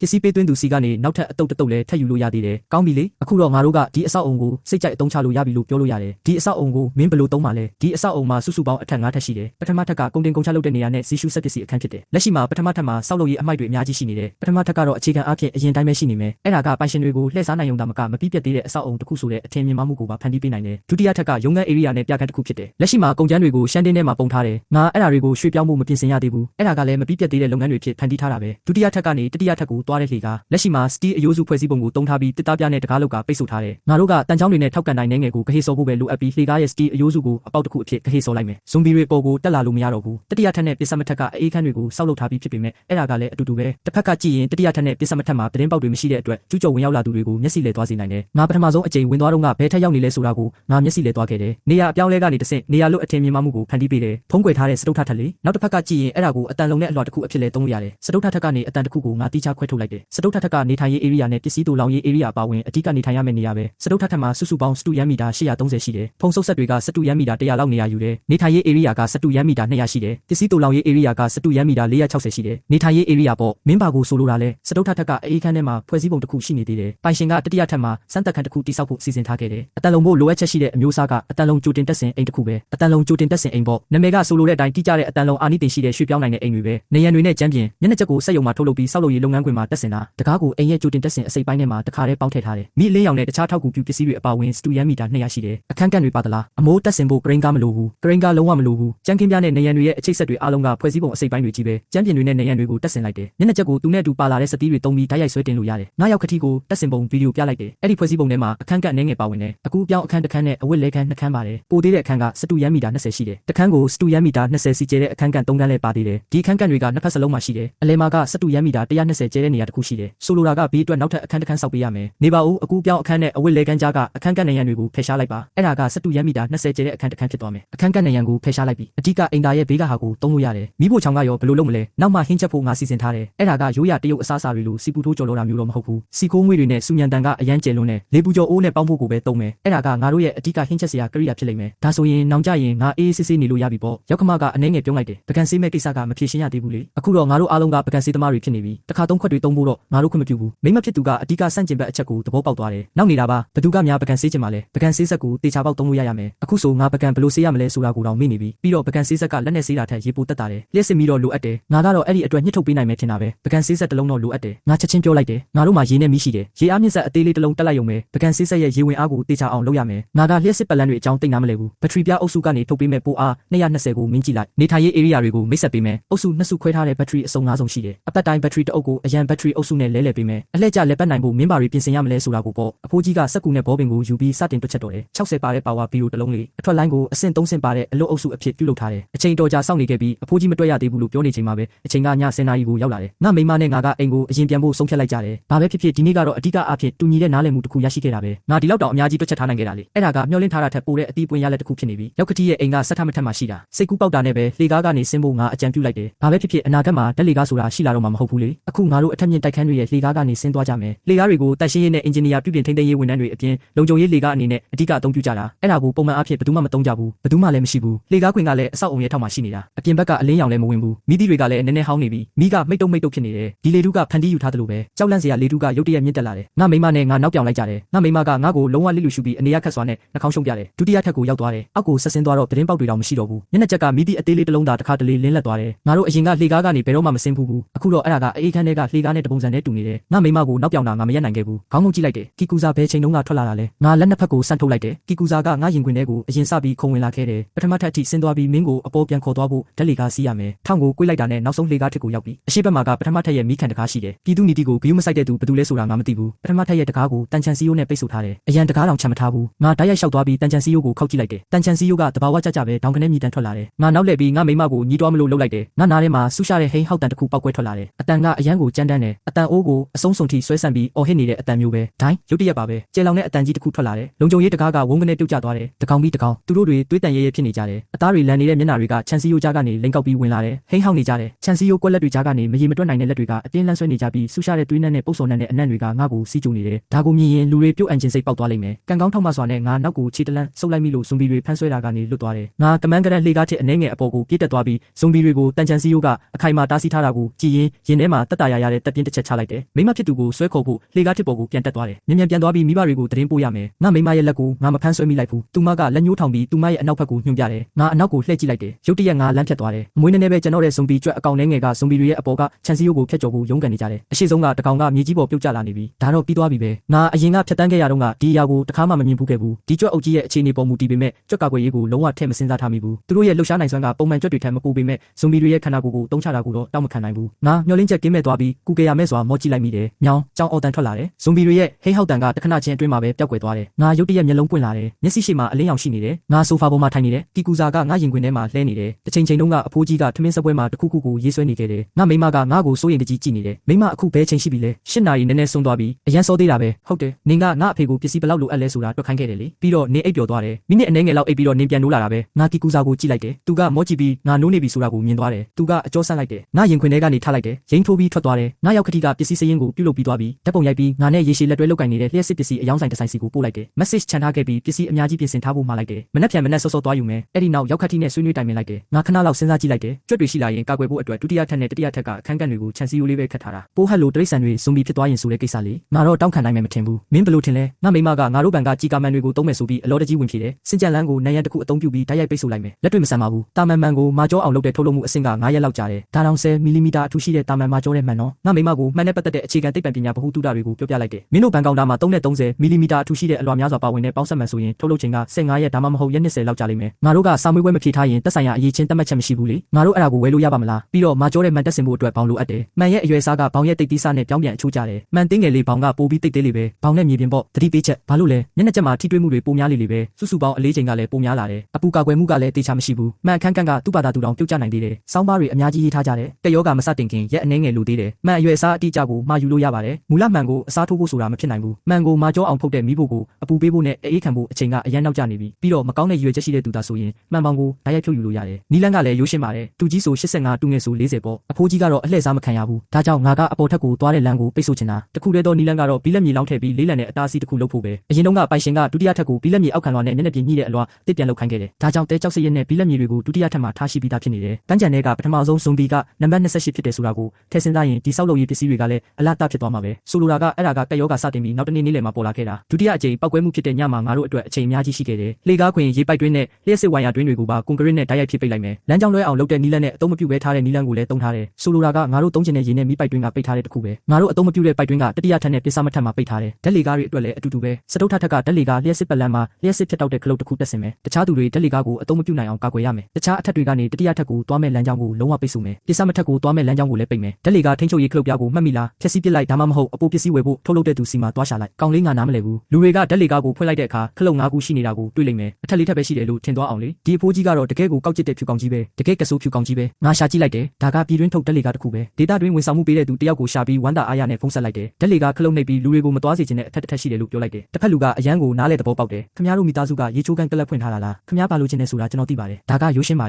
်ကျွန်တော်တို့စီမှာအသစ်လုပ်ထားတဲ့ဖြည့်ရှင်းနည်းတွေရှိတယ်အဲ့ဒီအထက်ကိုလူခေါ်ခေါင်းလောင်းလေးနဲ့အစားထိုးလို့ရတယ်ပြီးတော့အဲ့ဒီခေါင်းလောင်းကိုဖိထားရမယ်ဒါမှမဟုတ်အထက်တော့ကိုတုံးပြီးစကားဝဲရိုက်ထဲမှာပဲအဲ့ဒီအထက်ကိုသွားလို့ရအောင်လုပ်လို့ရတယ်ဒါပေမဲ့ဒါကစီးမြင့်နဲ့မကိုက်ညီဘူးခင်ဗျားဘာသာယူသွားပြီးကိုယ်တိုင်တက်စင်မှာပဲရမယ်ဒါကမကောင်းဘူးလားခင်ဗျားတို့လာမတက်ပေးတာအကောင်းဆုံးပဲငါခလုတ်ပြားနှစ်ခုကိုချက်ချင်းမှလိုက်တယ်မနှက်ပြန်နေလေကြရင်လာယူလို့ရပါပြီတဲ့နေရာချထားမှုအပိုင်းမှာနောက်ဆုံးနေရာကတော့ပစ္စည်းတူလောင်ရေး area ပဲတခြားတာမန်စက်ကူဖာတွေနဲ့မတူပဲငါရွေးချယ်လိုက်တဲ့နီလန်းကတစ်သားကုန်တင်ပြားပဲကုန်တင်ပြားနဲ့တူလောင်ခြင်းရဲ့အကြီးမားဆုံးအားသာချက်ကတော့ကင်တွယ်ရလွယ်ကူတာပဲဖော့ကလစ်ကကုန်ပစ္စည်းတွေကိုတစ်ခါတည်းနဲ့တိုက်ရိုက်တည်သွားလို့ရတယ်1.5မီတာ1.2မီတာရှိတဲ့ပလတ်စတစ်ကုန်တင်ပြားပေါ့ငိမ့်တက်နေတဲ့အလေးချိန်ခံနိုင်ရည်ကတတန်အထိရှိနိုင်တယ်အထက်လိုက်စီထားရင်1.6မီတာအမြင့်ရှိတယ်ဆိုလိုတာက2ကုဗမီတာကနေ3ကုဗမီတာလောက်ရှိပြီးကားအဝင်ထွက်ကိုစဉ်းစားစရာမလိုတဲ့အတွက်တူလောင်ရေး area စတူယန်မီတာ460ရှိတယ်ကြားအကွာဝေးကို1မီတာအထိကျင်းပစ်လို့ရတယ်နှစ်လမ်းသွားပုံစံလုပ်ထားပြီးမိဘေးကာကွယ်ရေးကွက်လက်တွေခြံထားမယ်တူလောင်ရေး area ရဲ့4ပုံတစ်ပုံကိုဖယ်လိုက်ရင်တောင်ကုန်တင်ပြား180လောက်ဆက်နိုင်တယ်ကျန်နေတဲ့နေရာတွေမှာပေါ့ဒုတိယထက်ကတစ်သားပြားတွေနဲ့ရေစိုက်ပျိုးရေးဘူးတွေကိုလုပ်မယ်ငါတို့စားဖို့အတွက်ဟင်းသီးဟင်းရွက်တွေလည်းစိုက်ပျိုးလို့ရတယ်နေထိုင်ရေး area ရဲ့အပြင်ဘက်အဆုံးမှာစက်တိုက်စင်တွေကိုလုပ်လို့ရတယ်စုစုပေါင်းမီတာ60ရှည်ရှိတဲ့စင်တွေလုပ်လို့ရတယ်ဒါမှမဟုတ်1.6မီတာမြင့်တဲ့အထက်4ထက်လုပ်လို့ရတယ်ယူရတာရောတူလောင်ရတာပါလွယ်ကူတဲ့ငါတို့ရဲ့စင်တွေနဲ့ကုန်တင်ပြားတွေကဂိုးလောင်ထဲမှာအသင့်ရှိနေတယ်ထုတ်လုပ်တဲ့စက်ရုံကအေးခန်းကနေ2ကီလိုမီတာလောက်ကွာဝေးတယ်ငါအရင်ကသူ့စီမှာပုတ်ကင်လုပ်ထားခဲ့တာငါနေ့လေကသွားကြည့်ခဲ့တယ်သူတို့ပစ္စည်းတွေအများကြီးအသင့်ရှိနေတယ်ပစ္စည်းတွေလုံလောက်ရှိတယ်မြန်သွားမှလိုက်တယ်နေ့လေကလေးကငါပုတ်ကင်လုပ်ထားလိုက်တယ်ငါကသူ့စီမှာရှိတဲ့ပစ္စည်းတွေအားလုံးနှီးပါးကိုယူလိုက်တာရှော့ဈေးတောင်းပြီးတော့90%ကိုကြိုပေးထားတယ်ကျန်တဲ့ငွေကိုရက်30ကြာမှရှင်းရမယ့်စာရင်းဖွင့်ထားတယ်ဂိုးတောင်ထဲမှာနေအောင်ကြီးမရှိဘဲဟင်းသီးဟင်းရွက်တွေကိုဘယ်လိုစိုက်ပျိုးမလဲလေဒီရောင်စင်အပြည့်ပါတဲ့အပင်စိုက်မီးသီးတွေကိုသုံးမယ်စတူယန်မီတာ100အတွက်ဆိုရင်10ကီလိုဝက်လောက်လိုမယ်တဘာဝအလင်းရောင်လောက်တော့ကောင်းကောင်းမကြီးထွားနိုင်ပေမဲ့အနည်းဆုံးတော့တစ်ခုခုတော့ပေါက်လာမှာပဲလက်ရှိလုပ်เสียရှိတာတွေကိုငါစဉ်းစားကြည့်လိုက်တယ်ဖုံးကွယ်ဖို့ကိစ္စကအခြေခံအဖြစ်လက်တွေ့လှုပ်ဆောင်ရုံပဲစီစဉ်လို့ရတဲ့နေရာတွေအားလုံးကိုစီစဉ်ပြီးသွားပြီငါမိမနဲ့အဲ့ဒီအကြောင်းဆွေးနွေးလိုက်တယ်အိမ်ပြန်ဖို့ပြင်ဆင်လိုက်ကြတယ်အပြင်မထွက်ခင်ငါမိမကအကြံပေးနေတော့မယ်ငါမျက်လုံးတွေကကီကူစာစီမှာပဲစူးစိုက်နေတယ်သူကပြပြဝတ်နေတာမဟုတ်ဘူးပြင်းပြင်းတွဲထလာပြီးဝမ်းလျားမောက်လဲနေတယ်ငါအဲ့ဒါကိုကြည့်ပြီးရောက်ခမကိုတတိပေးလိုက်တယ်အမေကီကူစာရဲ့ပစ္စည်းတွေအားလုံးကိုတင်ထားဖို့မမေ့နဲ့နော်အဲ့ဒီကိုသွားတဲ့အခါအတူတူတည်သွားကြတာပေါ့ကီကူစာရဲ့အမီးကပျော်ရွှင်စွာနဲ့ရမ်းခါနေတာကိုမြင်တာတယ်မျက်လုံးဖွင့်ကြည့်လိုက်တယ်ပထမဆုံးလုပ်ရမယ့်အလုပ်ကဝေးပေါ်မှာ post တင်ဖို့ပဲအစမ်းကာလာတုန်းကဇွန်လ21ရက်မနက်6နာရီခွဲလောက်မှာဖြစ်ခဲ့တာကိုငါမှတ်မိတယ်ဂျပန်နိုင်ငံမှာ American F-35တိုက်လေယာဉ်တစ်စင်းပြစ်ကျခဲ့ပြီးလေယာဉ်မှုလေထီးနဲ့ခုန်ထွက်သွားပြီးနောက်အဲ့ဒီလေယာဉ်ကဂျပန်ရဲ့မာနာရှရီနျူကလ িয়ার တပ်ပေါင်းဖို့ရဲ့အကာအကွယ်အမိုးကိုဝင်တိုက်ခဲ့တယ်အဲ့ဒါကကြီးမားတဲ့လူသေဆုံးမှုတွေကိုဖြစ်ပေါ်စေခဲ့ပြီးရေဒီယိုတက်တိကြွတက်ရောင်ကြီးတွေအများကြီးကိုလည်းထွက်ပေါ်စေခဲ့တယ်ဇွန်ဘီတွေကအဲ့ဒီကနေများဆင်းသက်လာတာလားလို့တောင်ငါတွေးမိတယ်6နာရီ32မိနစ်ဝေးပေါ်ရဲ့ရေပန်းစားဆုံးရှာဖွေမှုနေရာမှာဂျပန်နျူကလ িয়ার တပ်အားပေးစက်ရုံမှာ American စစ်လေယာဉ်ပြစ်ကျတဲ့တဲ့တင်ကအလျင်အမြန်နေရာယူသွားတယ်ငါတပြင်းချလိုက်ပြီးစခရင်ကိုပိတ်လိုက်တယ်လာရမယ့်ကိစ္စတွေကတော့ဆက်ပြီးလာနေမှာပဲကိုဘွားကကိုလက်ထဲမှာပဲရှိသေးတယ်ငါနာမည်ကရန်ကွန်ပါငါကစ စားတောက်ကုန်ဘာသာရက်ကိုတင်ယူခဲ့တဲ့ကျောင်းသားတစ်ယောက်ပါအလှဆင်လုပ်ငန်းတွေကိုအမှားယွင်းနဲ့ရောက်သွားခဲ့တာဒါပေမဲ့လည်းငါမိသားစုရဲ့စားတောက်ရေးကိစ္စတွေကိုစီစဉ်ဖို့ငါရဲ့စားတောက်ကုန်ဗဟုသုတနဲ့အဆက်အသွယ်တွေကိုအားကိုးရမှာပဲငါမိမစီဖုန်းဆက်လိုက်တယ်မနေ့ကညီအမနှစ်ယောက်ဖုန်းပြောပြီးကြပြီးမိသားစုလိုက်အတူတူအပြင်ထွက်ကြမယ်ဆိုတဲ့အဆိုပြုချက်ကိုအမြန်ပဲတုံ့ပြန်သဘောတူခဲ့ကြတယ်ညဆိုင်မှာစေးစာကိုတောင်ဖွင့်ပေးခဲ့ပြီးငါမိမရဲ့ဖုန်းထဲကိုပို့ထားပြီးငါအမေလည်းနိုးလာပြီးသူတို့၃ယောက်ရိုးရိုးရှင်းရှင်းမနှက်စာစားခဲ့ကြတယ်နောက်ထပ်အလုပ်တောင်တစ်ခုပေါ့တဘာဝကြကြပဲငါကဒေတာတွင်းကပစ္စည်းထောက်ပံ့သူတွေကိုဆက်သွယ်နေခဲ့တယ်ငါမိမကသူ့ညီမကိုတွားကြိုဖို့ကားမောင်းထွက်သွားတယ်တေချာတာပေါ့ဆေးဝယ်ဖို့ electronic စေးစာကိုအရင်ယူသွားရမယ်လေအဖွားကြီးကတော့သူ့ဘာသာသူရှောက်သွားပြီးကစားနေလုံးပဲပြင်ဆင်မှုတွေမှာငါအမေကိုပါဝင်ခွင့်မပေးချင်ဘူးငါမှလည်းငါရဲ့စဉ်းစားစရာတွေရှိတာပေါ့ပထမအချက်သူကငါရောက်ခတိနဲ့ရောက်ခမထက်အသက်10နှစ်ကျော်ပိုကြီးတယ်တကယ်တော့ဘာမှလုပ်လို့မရပါဘူးဒုတိယအချက်ဒီဖွားကြီးကများသောအားဖြင့်ဟိုဟိုဒီဒီရှောက်သွားနေတတ်တာသူ့မှာတငယ်ချင်းတွေအများကြီးရှိတယ်ရုတ်တရက်ကြီးလူတွေအလုရှုပ်သွားရင်သူ့တငယ်ချင်းတွေကတေချာပေါက်တတိထားမိသွားလိမ့်မယ်သတင်းချက်လက်ပေါက်ကြားဖို့လွယ်ကူတယ်သူမကပြည်သူတွေအတွက်အနှစ်90တိုင်တိုင်အမှုထမ်းခဲ့တာလေပြည်သူပေါ်တစ္ဆာစောင့်တိမှုကိုနေတိုင်းတင်ယူနိုင်ပါတယ်သူမအမှန်တရားကိုသိသွားတာနဲ့တေချာပေါက်အဖွဲ့အစည်းစီကိုသတင်းပို့လိမ့်မယ်အဲ့ဒါကထိရောက်မှုရှိမရှိဆိုတာကိုမပြောနဲ့ဦးငါတို့ရဲ့ပစ္စည်းတူလောင်မှုနဲ့ QA အစီအစဉ်ကိုတေချာပေါက်အနှောက်အယှက်ဖြစ်စေလိမ့်မယ်နေ့ဖေရဲ့တန်းစာကိုကကိုမောင်းသွားလိုက်အဲ့ဒီကားကငါတို့ရဲ့တန် DMB ထက်ပိုကြီးတယ်ဖွင့်ရတာအဆင်ပြေတဲ့အခါပစ္စည်းတွေလည်းတင်လို့ရတယ်ဒန်စာရဲ့စီနဲ့လျှက်စစ်အပြည့်ရှိနေတာကိုငါကြည့်လိုက်တယ်ကီလိုမီတာ320အထိမောင်းလို့ရတယ်နင်ကလျှက်စစ်တက်တက်နဲ့ပဲမောင်းသွားနင့်ညီမစီကဓာတ်စီဆိုင်အသေးလေးမှာစီစေးပေါ်တယ်စီအပြည့်ဖြစ်ခဲ့စီဖြည့်ဖို့ဓာတ်စီပုံ၄ပုံထုတ်ဝယ်ခဲ့ဝယ်လာတဲ့ပစ္စည်းတွေအောက်မှာထားပြီးပြန်တယ်လာခဲ့စားချင်တာရှိရင်လည်းတခါတည်းဝယ်ခဲ့နောက်ကျရင်အခွင့်အရေးရတော့မှာမဟုတ်ဘူးသူတို့ကိုလွှတ်လိုက်တယ်ငါရဲ့အလုပ်တွေကိုငါစတင်လုပ်ဆောင်တော့တယ်ပထမဆုံးအလုပ်ကမှားထားတဲ့လျှက်စစ်ပစ္စည်းတွေနဲ့ဓာတ်လေကားထိန်းချုပ်ရေးခလုတ်ပြားကိုတွားယူဖို့ပဲဓာတ်လေကားခလုတ်ပြားကစကဝက်နဲ့အတီးပြူတာဒါမှမဟုတ်ဟာဝဲခွင့်ပြုချက်ပါတဲ့ပေါင်းစပ်နီလန်းကိုရွေးချယ်ထားတယ်ငါကအရှုပ်ထွေးဆုံးပုံစံကိုရွေးချယ်ထားတာကိုမြင်တော့ဓာတ်လေကားတာဝန်ခံကအရန်စိတ်ဝင်စားနေတယ်လိပ်စာကဘယ်မှာလဲဆိုတာကိုငါ့ကိုတိတ်တဆိတ်မိတယ်ခင်ဗျားကဘယ်လိုလုပ်ဒီလောက်တောင်ကစားနိုင်ရတာလဲတဲ့ငါသူ့ကိုကြည့်ပြီးသူကညီကိုအတင်းဖွဲ့ကပါဆိုပြီးပြုံးပြုံးလေးပြောလိုက်တယ်ဓာတ်တွေနဲ့တိုက်ခိုက်ကြဘူးလေညကြရင်လာကြည့်ကျင်တလားလို့သူ့ကိုမေးလိုက်တယ်သူအရန်လန့်သွားပြီးမျက်နှာတွေစိမ့်ဖက်သွားတယ်ပြည်တွင်းကဆန်နဲ့စီကုမ္ပဏီတစ်ခုကိုတွားခဲ့တယ်ဆန်ကြုံမုံနဲ့ကောက်ပဲတီးနဲ့အမျိုးမျိုးကိုမှာယူခဲ့တယ်ကောက်ပဲတီးနဲ့တွေရဲ့တူလောင်နိုင်စွမ်းက3နှစ်ပဲရှိတာကိုထည့်စဉ်းစားပြီးငါအများကြီးမဝယ်ခဲ့ဘူးတစ်လကိုလူတစ်ယောက်အတွက်15ပေါင်နှုန်းနဲ့တွက်ရင်ဆန်နဲ့တခြားကောက်ပဲတီးနှံတွေအချို့ကကိုအချို့တပဲ3နှစ်စာအတွက်လုံလောက်တဲ့ပမာဏပါငါမိသားစုကဟင်းချက်စီတိတ်မလို့အပ်ဖူးပြီးတော့မိသားစုတစ်ခုလုံးကလည်းဝါနေကြတာအစားအစာမျိုးစုံစားသုံးနိုင်မှုကိုထည့်စဉ်းစားပြီး300နှုန်းနဲ့ပဲပီဆက်စီ10နှစ်ပုံဝယ်ခဲ့တယ်ပဲပီဆက်စီကိုရှော့ပြီးထောဘက်ကိုပို့ဝယ်ခဲ့တယ်ဒါပေမဲ့အနောက်တိုင်းအစားအစာတွေနဲ့အချို့ပွဲတွေအတွက်တော့ဟင်းချက်စီကိုပဲသုံးလို့ရတယ်အိမ်မှာဂျုံမုံစားတာနဲ့တယ်9ကီလိုဂရမ်ပါတဲ့ဂျုံမုံ10အိတ်ယူရင်လုံလောက်ပါပြီအစားအစာတွေပိုကောင်းအောင်လုပ်ဖို့ဂလူတန်နဲ့တဲ့ဂျုံမုံ9အိတ်ကိုယူခဲ့တယ်ထုတ်ပိုးတဲ့ပလတ်စတစ်ရုပ်ရှင်ပြပတ်လည်မှာကုန်တင်ပြတစ်ခုလုပ်ပေးဖို့လိုအပ်တယ်လိပ်စာနဲ့ပတ်သက်ပြီးငါသတိထားလိုက်တယ်အဲ့ဒါတွေကိုမနှက်ဖြန်ငါကိုပိုင်ကိုတောင်စီကိုလာပို့ခိုင်းလိုက်တယ်စင်ထုတ်လုပ်တဲ့စက်ရုံကိုဖုံးဆက်ပြီးအမြန်ပို့ပေးဖို့တိုက်တွန်းလိုက်တယ်စင်တွေကိုနေ့လယ်ပိုင်းမှာလာပို့ပေးဖို့တောင်းဆိုလိုက်တယ်ဆန်နဲ့စီကုမ္ပဏီမှာငါစလုပ်တုန်းကဆိုတော့ကုန်တင်ပြတွေကို30အထိရှော့ချလိုက်တယ်သူတို့ကကုန်တင်ပြတွေကိုအလကားပေးတဲ့စီယံငွေတောင်မလိုဘူးဒီတိုင်းလဲသုံးဆွဲလို့ရတယ်ကားထဲကပစ္စည်းတွေကိုရောက်ခတိစီကိုပေးလိုက်တယ်သူ့ကိုစောက်လုပ်ရေးလုပ်ငန်းခွင်စီကိုခေါ်သွားတယ်နေ့လယ်ပိုင်းမှာစောက်လုပ်ရေးလုပ်ငန်းခွင်ကလျှက်စစ်တစ်တာနဲ့လျှက်စစ်ပတ်လန်းတွေကိုတူတက်ဆင်ခဲ့တယ်ငါတယောက်တည်းပြည်နယ်မြို့တော်ကိုအမြန်ရထားနဲ့သွားခဲ့တယ်ပြည်နယ်မြို့တော်ကိုလာရတဲ့ရည်ရွယ်ချက်နှစ်ခုရှိတယ်ပထမတစ်ခုကတငယ်ချင်းတယောက်စီကနေပြည်နယ်မြို့တော်လိုင်စင်နံပါတ်တက်ထားတဲ့ပေ40ရှိတဲ့အေးခန်းကုန်တင်ကားတစ်စီးငှားဖို့ပဲအဲ့ဒါကိုဂိုဒေါင်ကနေလက်ခံရရှိတဲ့ပစ္စည်းတွေကိုအေးခန်းစီရွှေ့ပြောင်းဖို့သုံးမှာပါဒီနည်းနဲ့ပစ္စည်းတွေစီစဉ်မှုကိုပြည်နယ်မြို့တော်စီပို့ဆောင်နေဆိုပြီးရှင်းပြလို့ရတယ်ဒုတိယချက်ကတော့ငါရှာတွေ့ထားတဲ့အစားအစာကုမ္ပဏီအနေငယ်စီသွားဖို့ပဲသူတို့က FD ဟင်းသီးဟင်းရွက်တွေရေခဲနဲ့အချောက်ခံထားတဲ့ဟင်းသီးဟင်းရွက်တွေနဲ့ဟင်းချိုထုတ်တွေကိုထုတ်လုပ်တယ်ဟင်းချက်စရာပစ္စည်းအစုံနဲ့ပျော့ပြောင်းတဲ့စီတုဖူးတွေရှိတယ်ပျော့ပြောင်းတဲ့စီတုဖူးတွေဆိုတာအလူမီနီယမ်ပလတ်စတစ်ထုတ်ပိုးအိတ်တွေကိုတုံးထားတဲ့စီတုထုတ်ကုန်တွေပါအပေါ်စားအစားအစာထောက်ပံ့ရေးကွင်းဆက်တစ်ခုရှိတယ်ကံရွံပလဲမိုချီအစားအစာတို့ဟူရေခဲမုတ်တို့လက်ဖက်ရည်မုတ်စတာတွေပါဝင်တယ်အေးခဲအသားထုတ်ကုန်တွေကိုထုတ်လုပ်တဲ့သူတွေလည်းရှိတယ်ဒီကွန်တိန်နာထဲမှာအေးခဲထုတ်ကုန်ကုပမီတာ10ခုအထိပါဝင်တယ်အဲ့ဒါကငါတို့မိသားစုတစ်ခုလုံး3နှစ်တိုင်တိုင်စားဖို့လုံလောက်ပါတယ်အရေးကြီးဆုံးအချက်ကတော့ဒီကွန်တင်ကားရဲ့အေးပေးဆက်ပစ္စည်းကိုဖြုတ်လို့တက်လို့ရတာပဲအဲ့ဒါကိုဖြုတ်ပြီးတူလောင်ရေး area စီကိုယူသွားမယ်တဲလေးတစ်ခုစောက်လိုက်ရင်အဲ့ဒါကအေးခန်းတစ်ခုဖြစ်သွားပြီဂိုဒေါင်ထဲကဒီတူလောင်ခန်းကရေခဲတက်တာအစားထိုးဖို့အတွက်တေချာပေါက်အကောင်းဆုံးရွေးချယ်မှုပဲပြီးတော့ငါတို့စီမှာအပူကာကွယ်ရေးပစ္စည်းတွေအများကြီးရှိတယ်ညနေဘက်ပစ္စည်းတွေအပြည့်ပါတဲ့ကွန်တိန်နာတစ်ခုကိုငါကိုပိုင်ကုမ္ပဏီဂိုဒေါင်စီကိုဆွဲယူလာခဲ့တယ်ကွန်တင်ကားကိုရက်လိုက်တယ်အဖိုးကြီးကစောစောရောက်နေပြီငါတို့အဖိုးကကားအင်ဂျင်အစားထိုးဖို့လျှက်စစ်မီကိုချိတ်ဆက်လိုက်တယ်အဖိုးကြီးကဘေးဘက်ကိုလက်ညှိုးထိုးပြတယ်ဆန်နဲ့စီတွေရောက်နေပြီစင်တွေလည်းရောက်နေပြီငါဝင်လာတော့ကတယောက်ကငါဘာလုပ်နေလဲလို့မေးတယ်ငါကပြောလိုက်တယ်မြို့နယ်စုံစူပါမားကတ်တစ်ခုအတွက် project တစ်ခုလက်ခံထားတာလို့လေအဲ့ဒါတွေကတစ်ခုပြီးတစ်ခုရောက်လာနေတာဟိုဘက်မှာလျှက်စစ်မီအဆင်ပြေရဲ့လားကောင်းပြီလေအတန်လုံးခန်းအတွက်ပစ္စည်းတွေကိုဖော့ကလစ်သုံးပြီးဓာတ်လေကားတွေကိုစီးထည့်လိုက်ပါစတုထထက်ကိုရွှေ့ပြောင်းလိုက်ပါငါစမ်းကြည့်လိုက်တော့တက်ဆင်ရတာတကယ်ကိုလွယ်ကူပါတယ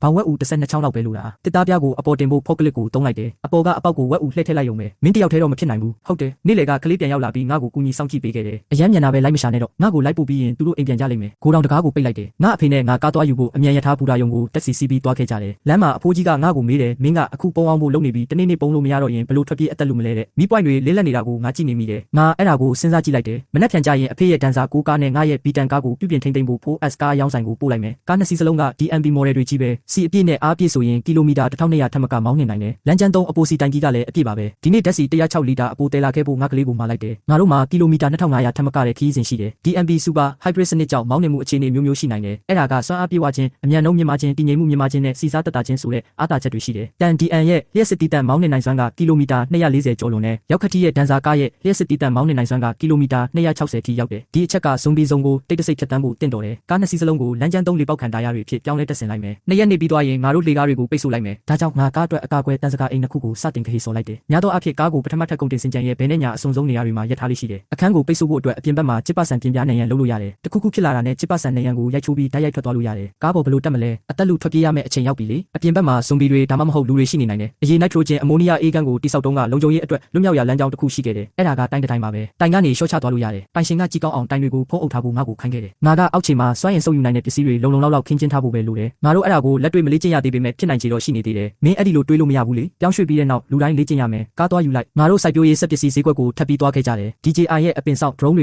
စွမ်းအားအရန်ကောင်းတယ်ပြန်တန်းချိန်ကြာရှည်ပေမဲ့ဈေးအရန်ကြီးလို့ငါဝယ်ဖို့မစင်စားထားဘူးငါအကျွေးသုံးပြီးငှားလိုက်တယ်တစည်းငှားလိုက်ပြီးဆက်သွယ်ပြီးတဲ့နောက်လေရင်မှုနဲ့ချိန်ဆလိုက်တယ်မနက်2နာရီအချိန်မှာ drone လာယူဖို့ငါရောက်လာခဲ့တယ်လေရင်မှုလည်းနေ့လယ်ကငါနဲ့တွေ့ခဲ့တယ်သူလာနိုင်ဖို့မျှော်လင့်ပါတယ်သူ့ကိုငါနဲ့အတူခေါ်သွားဖို့ငါဝန်မလေးပါဘူးအချိန်8နာရီကိုကြည့်လိုက်တယ်ငါတို့သားဖ2ယောက်အိမ်ပြန်မှာမဟုတ်ဘူးလမ်းဘေးမှာရိုးရိုးရှင်းရှင်းတစ်ခုခုစားလိုက်ပြီးအေးခန်းစီကိုပြန်လာခဲ့ကြတယ်အေးခန်းအမိုးပေါ်မှာရှိတဲ့ပောက်ကွဲမှုတန်ခမ်းမီဒီ64လုံးပါတဲ့ရှစ်အုပ်စုစလုံးကိုဖွင့်လိုက်တယ်အဲ့ဒီနောက်တကားကိုပိတ်ပြီးတကားအပြင်ဘက်ကနေနားထောင်ကြည့်တယ်အတန်ကမကျဲပေမဲ့လုံးဝမရှိဘူးလို့တော့ပြောလို့မရဘူးငါတို့အဲ့ဒါကိုနိုင်ဝက်လောက်အချိန်ချင်းစမ်းသပ်ခဲ့ကြတယ်အုပ်စုတစုလည်းဖွင့်ထားရင်ရောဆိုတာကိုအတီးပြုကြည့်တယ်အတန်ကလုံးဝနေပါမကြားရတော့ဘူးဒီအချိန်နေမှာမီဒီ8လုံးပါတဲ့အုပ်စုတစုကနေမီဒီ2လုံးပါတဲ့အုပ်စုလေးစီပြောင်းဖွင့်လိုက်ရုံပဲအဲ့ဒီအတိုင်းလုပ်လိုက်ပါခလုတ်တစုံကိုဖြုတ်ကြည့်လိုက်တယ်မီတင်းချုပ်မှုကအစီအစဉ်လိုက်ချိတ်ဆက်ထားတာမဟုတ်ဘူးဆိုတာတွေ့လိုက်ရတယ်အဲ့ဒီအစားနျူထရဲ့ဝါယာကျိုးကတရားတစ်ခုနဲ့အပြိုင်ချိတ်ဆက်ထားတယ်အဲ့ဒါကပြဿနာအများကြီးကိုတက်တာသွားစေတယ်နျူထရဲ့ဝါယာကျိုးကိုဖြုတ်လိုက်ပြီးကျိုးနှစ်ချောင်းပဲခြံထားခဲ့တယ်မီးပြန်ဖွင့်ပြီးစမ်းကြည့်လိုက်တယ်တေချာတာပေါ့အတန်ကိုလုံးဝမကြားရတော့ဘူးအပြင်ထွက်ပြီးနားထောင်စရာတော့မလိုတော့ဘူးနိုင်ဝက်အချိန်ယူလိုက်ရတယ်မီးအုပ်စုကိုမီဒီနှလုံးပါတဲ့အစုံဖြစ်ပြောင်းလဲလိုက်တယ်ခလုတ်တွေကိုလည်းတက်ဆင်လိုက်တယ်နေထိုင်ရေး area မှာဒုတိယအဖွင့်ပိတ်နဲ့အပြန်လန်ထိန်းချုပ်မှုလုပ်ဖို့အတွက်လိုင်းတစ်လိုင်းအပိုခြံထားခဲ့တယ်အင်တာနက်မရှိတဲ့ကပ်ပေးကာလာတာမဟုတ်ရင်စာဘာကိုတောင်ရနိုင်မှာမဟုတ်ဘူးငါစမတ်ခလုတ်တွေလုပ်ချင်တာငါရောက်ခတိဆောက်ထားတဲ့ကြိုတင်တက်ဆင်အိမ်ကိုငါကြည့်လိုက်တယ်အဲ့ဒါဘာပြဿနာမှမရှိပါဘူးငါတို့တယောက်ကိုဖော့ကလစ်တစ်စီးစီနဲ့ဆက်ပြီးအလုပ်လုပ်ကြတယ်7 နာရီခွဲလောက်မှပြင်ထောင်အိမ်ကအစင်းသင်းဖြစ်နေပြီမနက်ဖြန်ကြရင်အဆက်ဆက်တွေကိုပုံသေးဖြစ်အောင်ဖွဲ့စည်းပုံ3ကော်နဲ့မှန်ကော်တွေကိုသုံးမယ်အတွင်းပိုင်းအပိုင်းကိုတော့2ရက်နေပြီးတဲ့အထိစောင့်ရလိမ့်မယ်စင်ကြံကိုပိတ်ဆို့မဲ့အလုပ်ကိုကြည့်ဖို့တတိယထပ်ကိုထပ်သွားခဲ့တယ်အကျယ်1.5 မီတာအမြင့်2.4 မီတာအနက်4.2 မီတာရှိတဲ့တိကန်နေရစုစုပေါင်း56ကုပတ်မီတာရှိတယ်ကွန်ကရစ်အလုံးသာလောင်းလိုက်ရင်အဲ့ဒါကတန်100လောက်ရှိလိမ့်မယ်လေကားရဲ့ခံနိုင်ဝင်အလေးချိန်ကတန်33တန်လောက်ပဲရှိတယ်ဘီလက်မြေနဲ့လုံးဝပိတ်ဆို့ပစ်ဖို့ဆိုတာမဖြစ်နိုင်ဘူးငါတို့သားအဖ2ယောက်နောက်ဆုံးဆုံးဖြတ်ချက်တစ်ခုရဖို့ဒီမှာအကြာကြီးလဲပြီးစဉ်းစားနေခဲ့ကြတယ်လေကားတွေကိုဖြိုချပစ်မှပဲရတော့မယ်ငါစဉ်းစားကြည့်လိုက်တယ်ဒီလေကားကိုဖျက်တောက်ဖို့ဒါမှမဟုတ်ဖြိုချဖို့ကအရန်ဒုက္ခများတယ်စူညံတန်ကအရန်ကျယ်ပြီးလှုပ်ရှားမှုကလည်းအရန်ကြီးမားတယ်ငါတို့တခြားနီးလန်းတွေကိုစဉ်းစားရအောင်မယ်တန်ကူကွန်ကရစ်နဲ့လှုပ်ထားတဲ့အရာလေးမင်းအဲ့ဒါကိုဖျက်လို့ဖြိုလို့မရဘူးဒါဆိုရင်ဖောက်ခွဲပစ်ဖို့ပဲကြံတော့တယ်မိုင်းဖောက်ခွဲရေးပစ္စည်းတွေ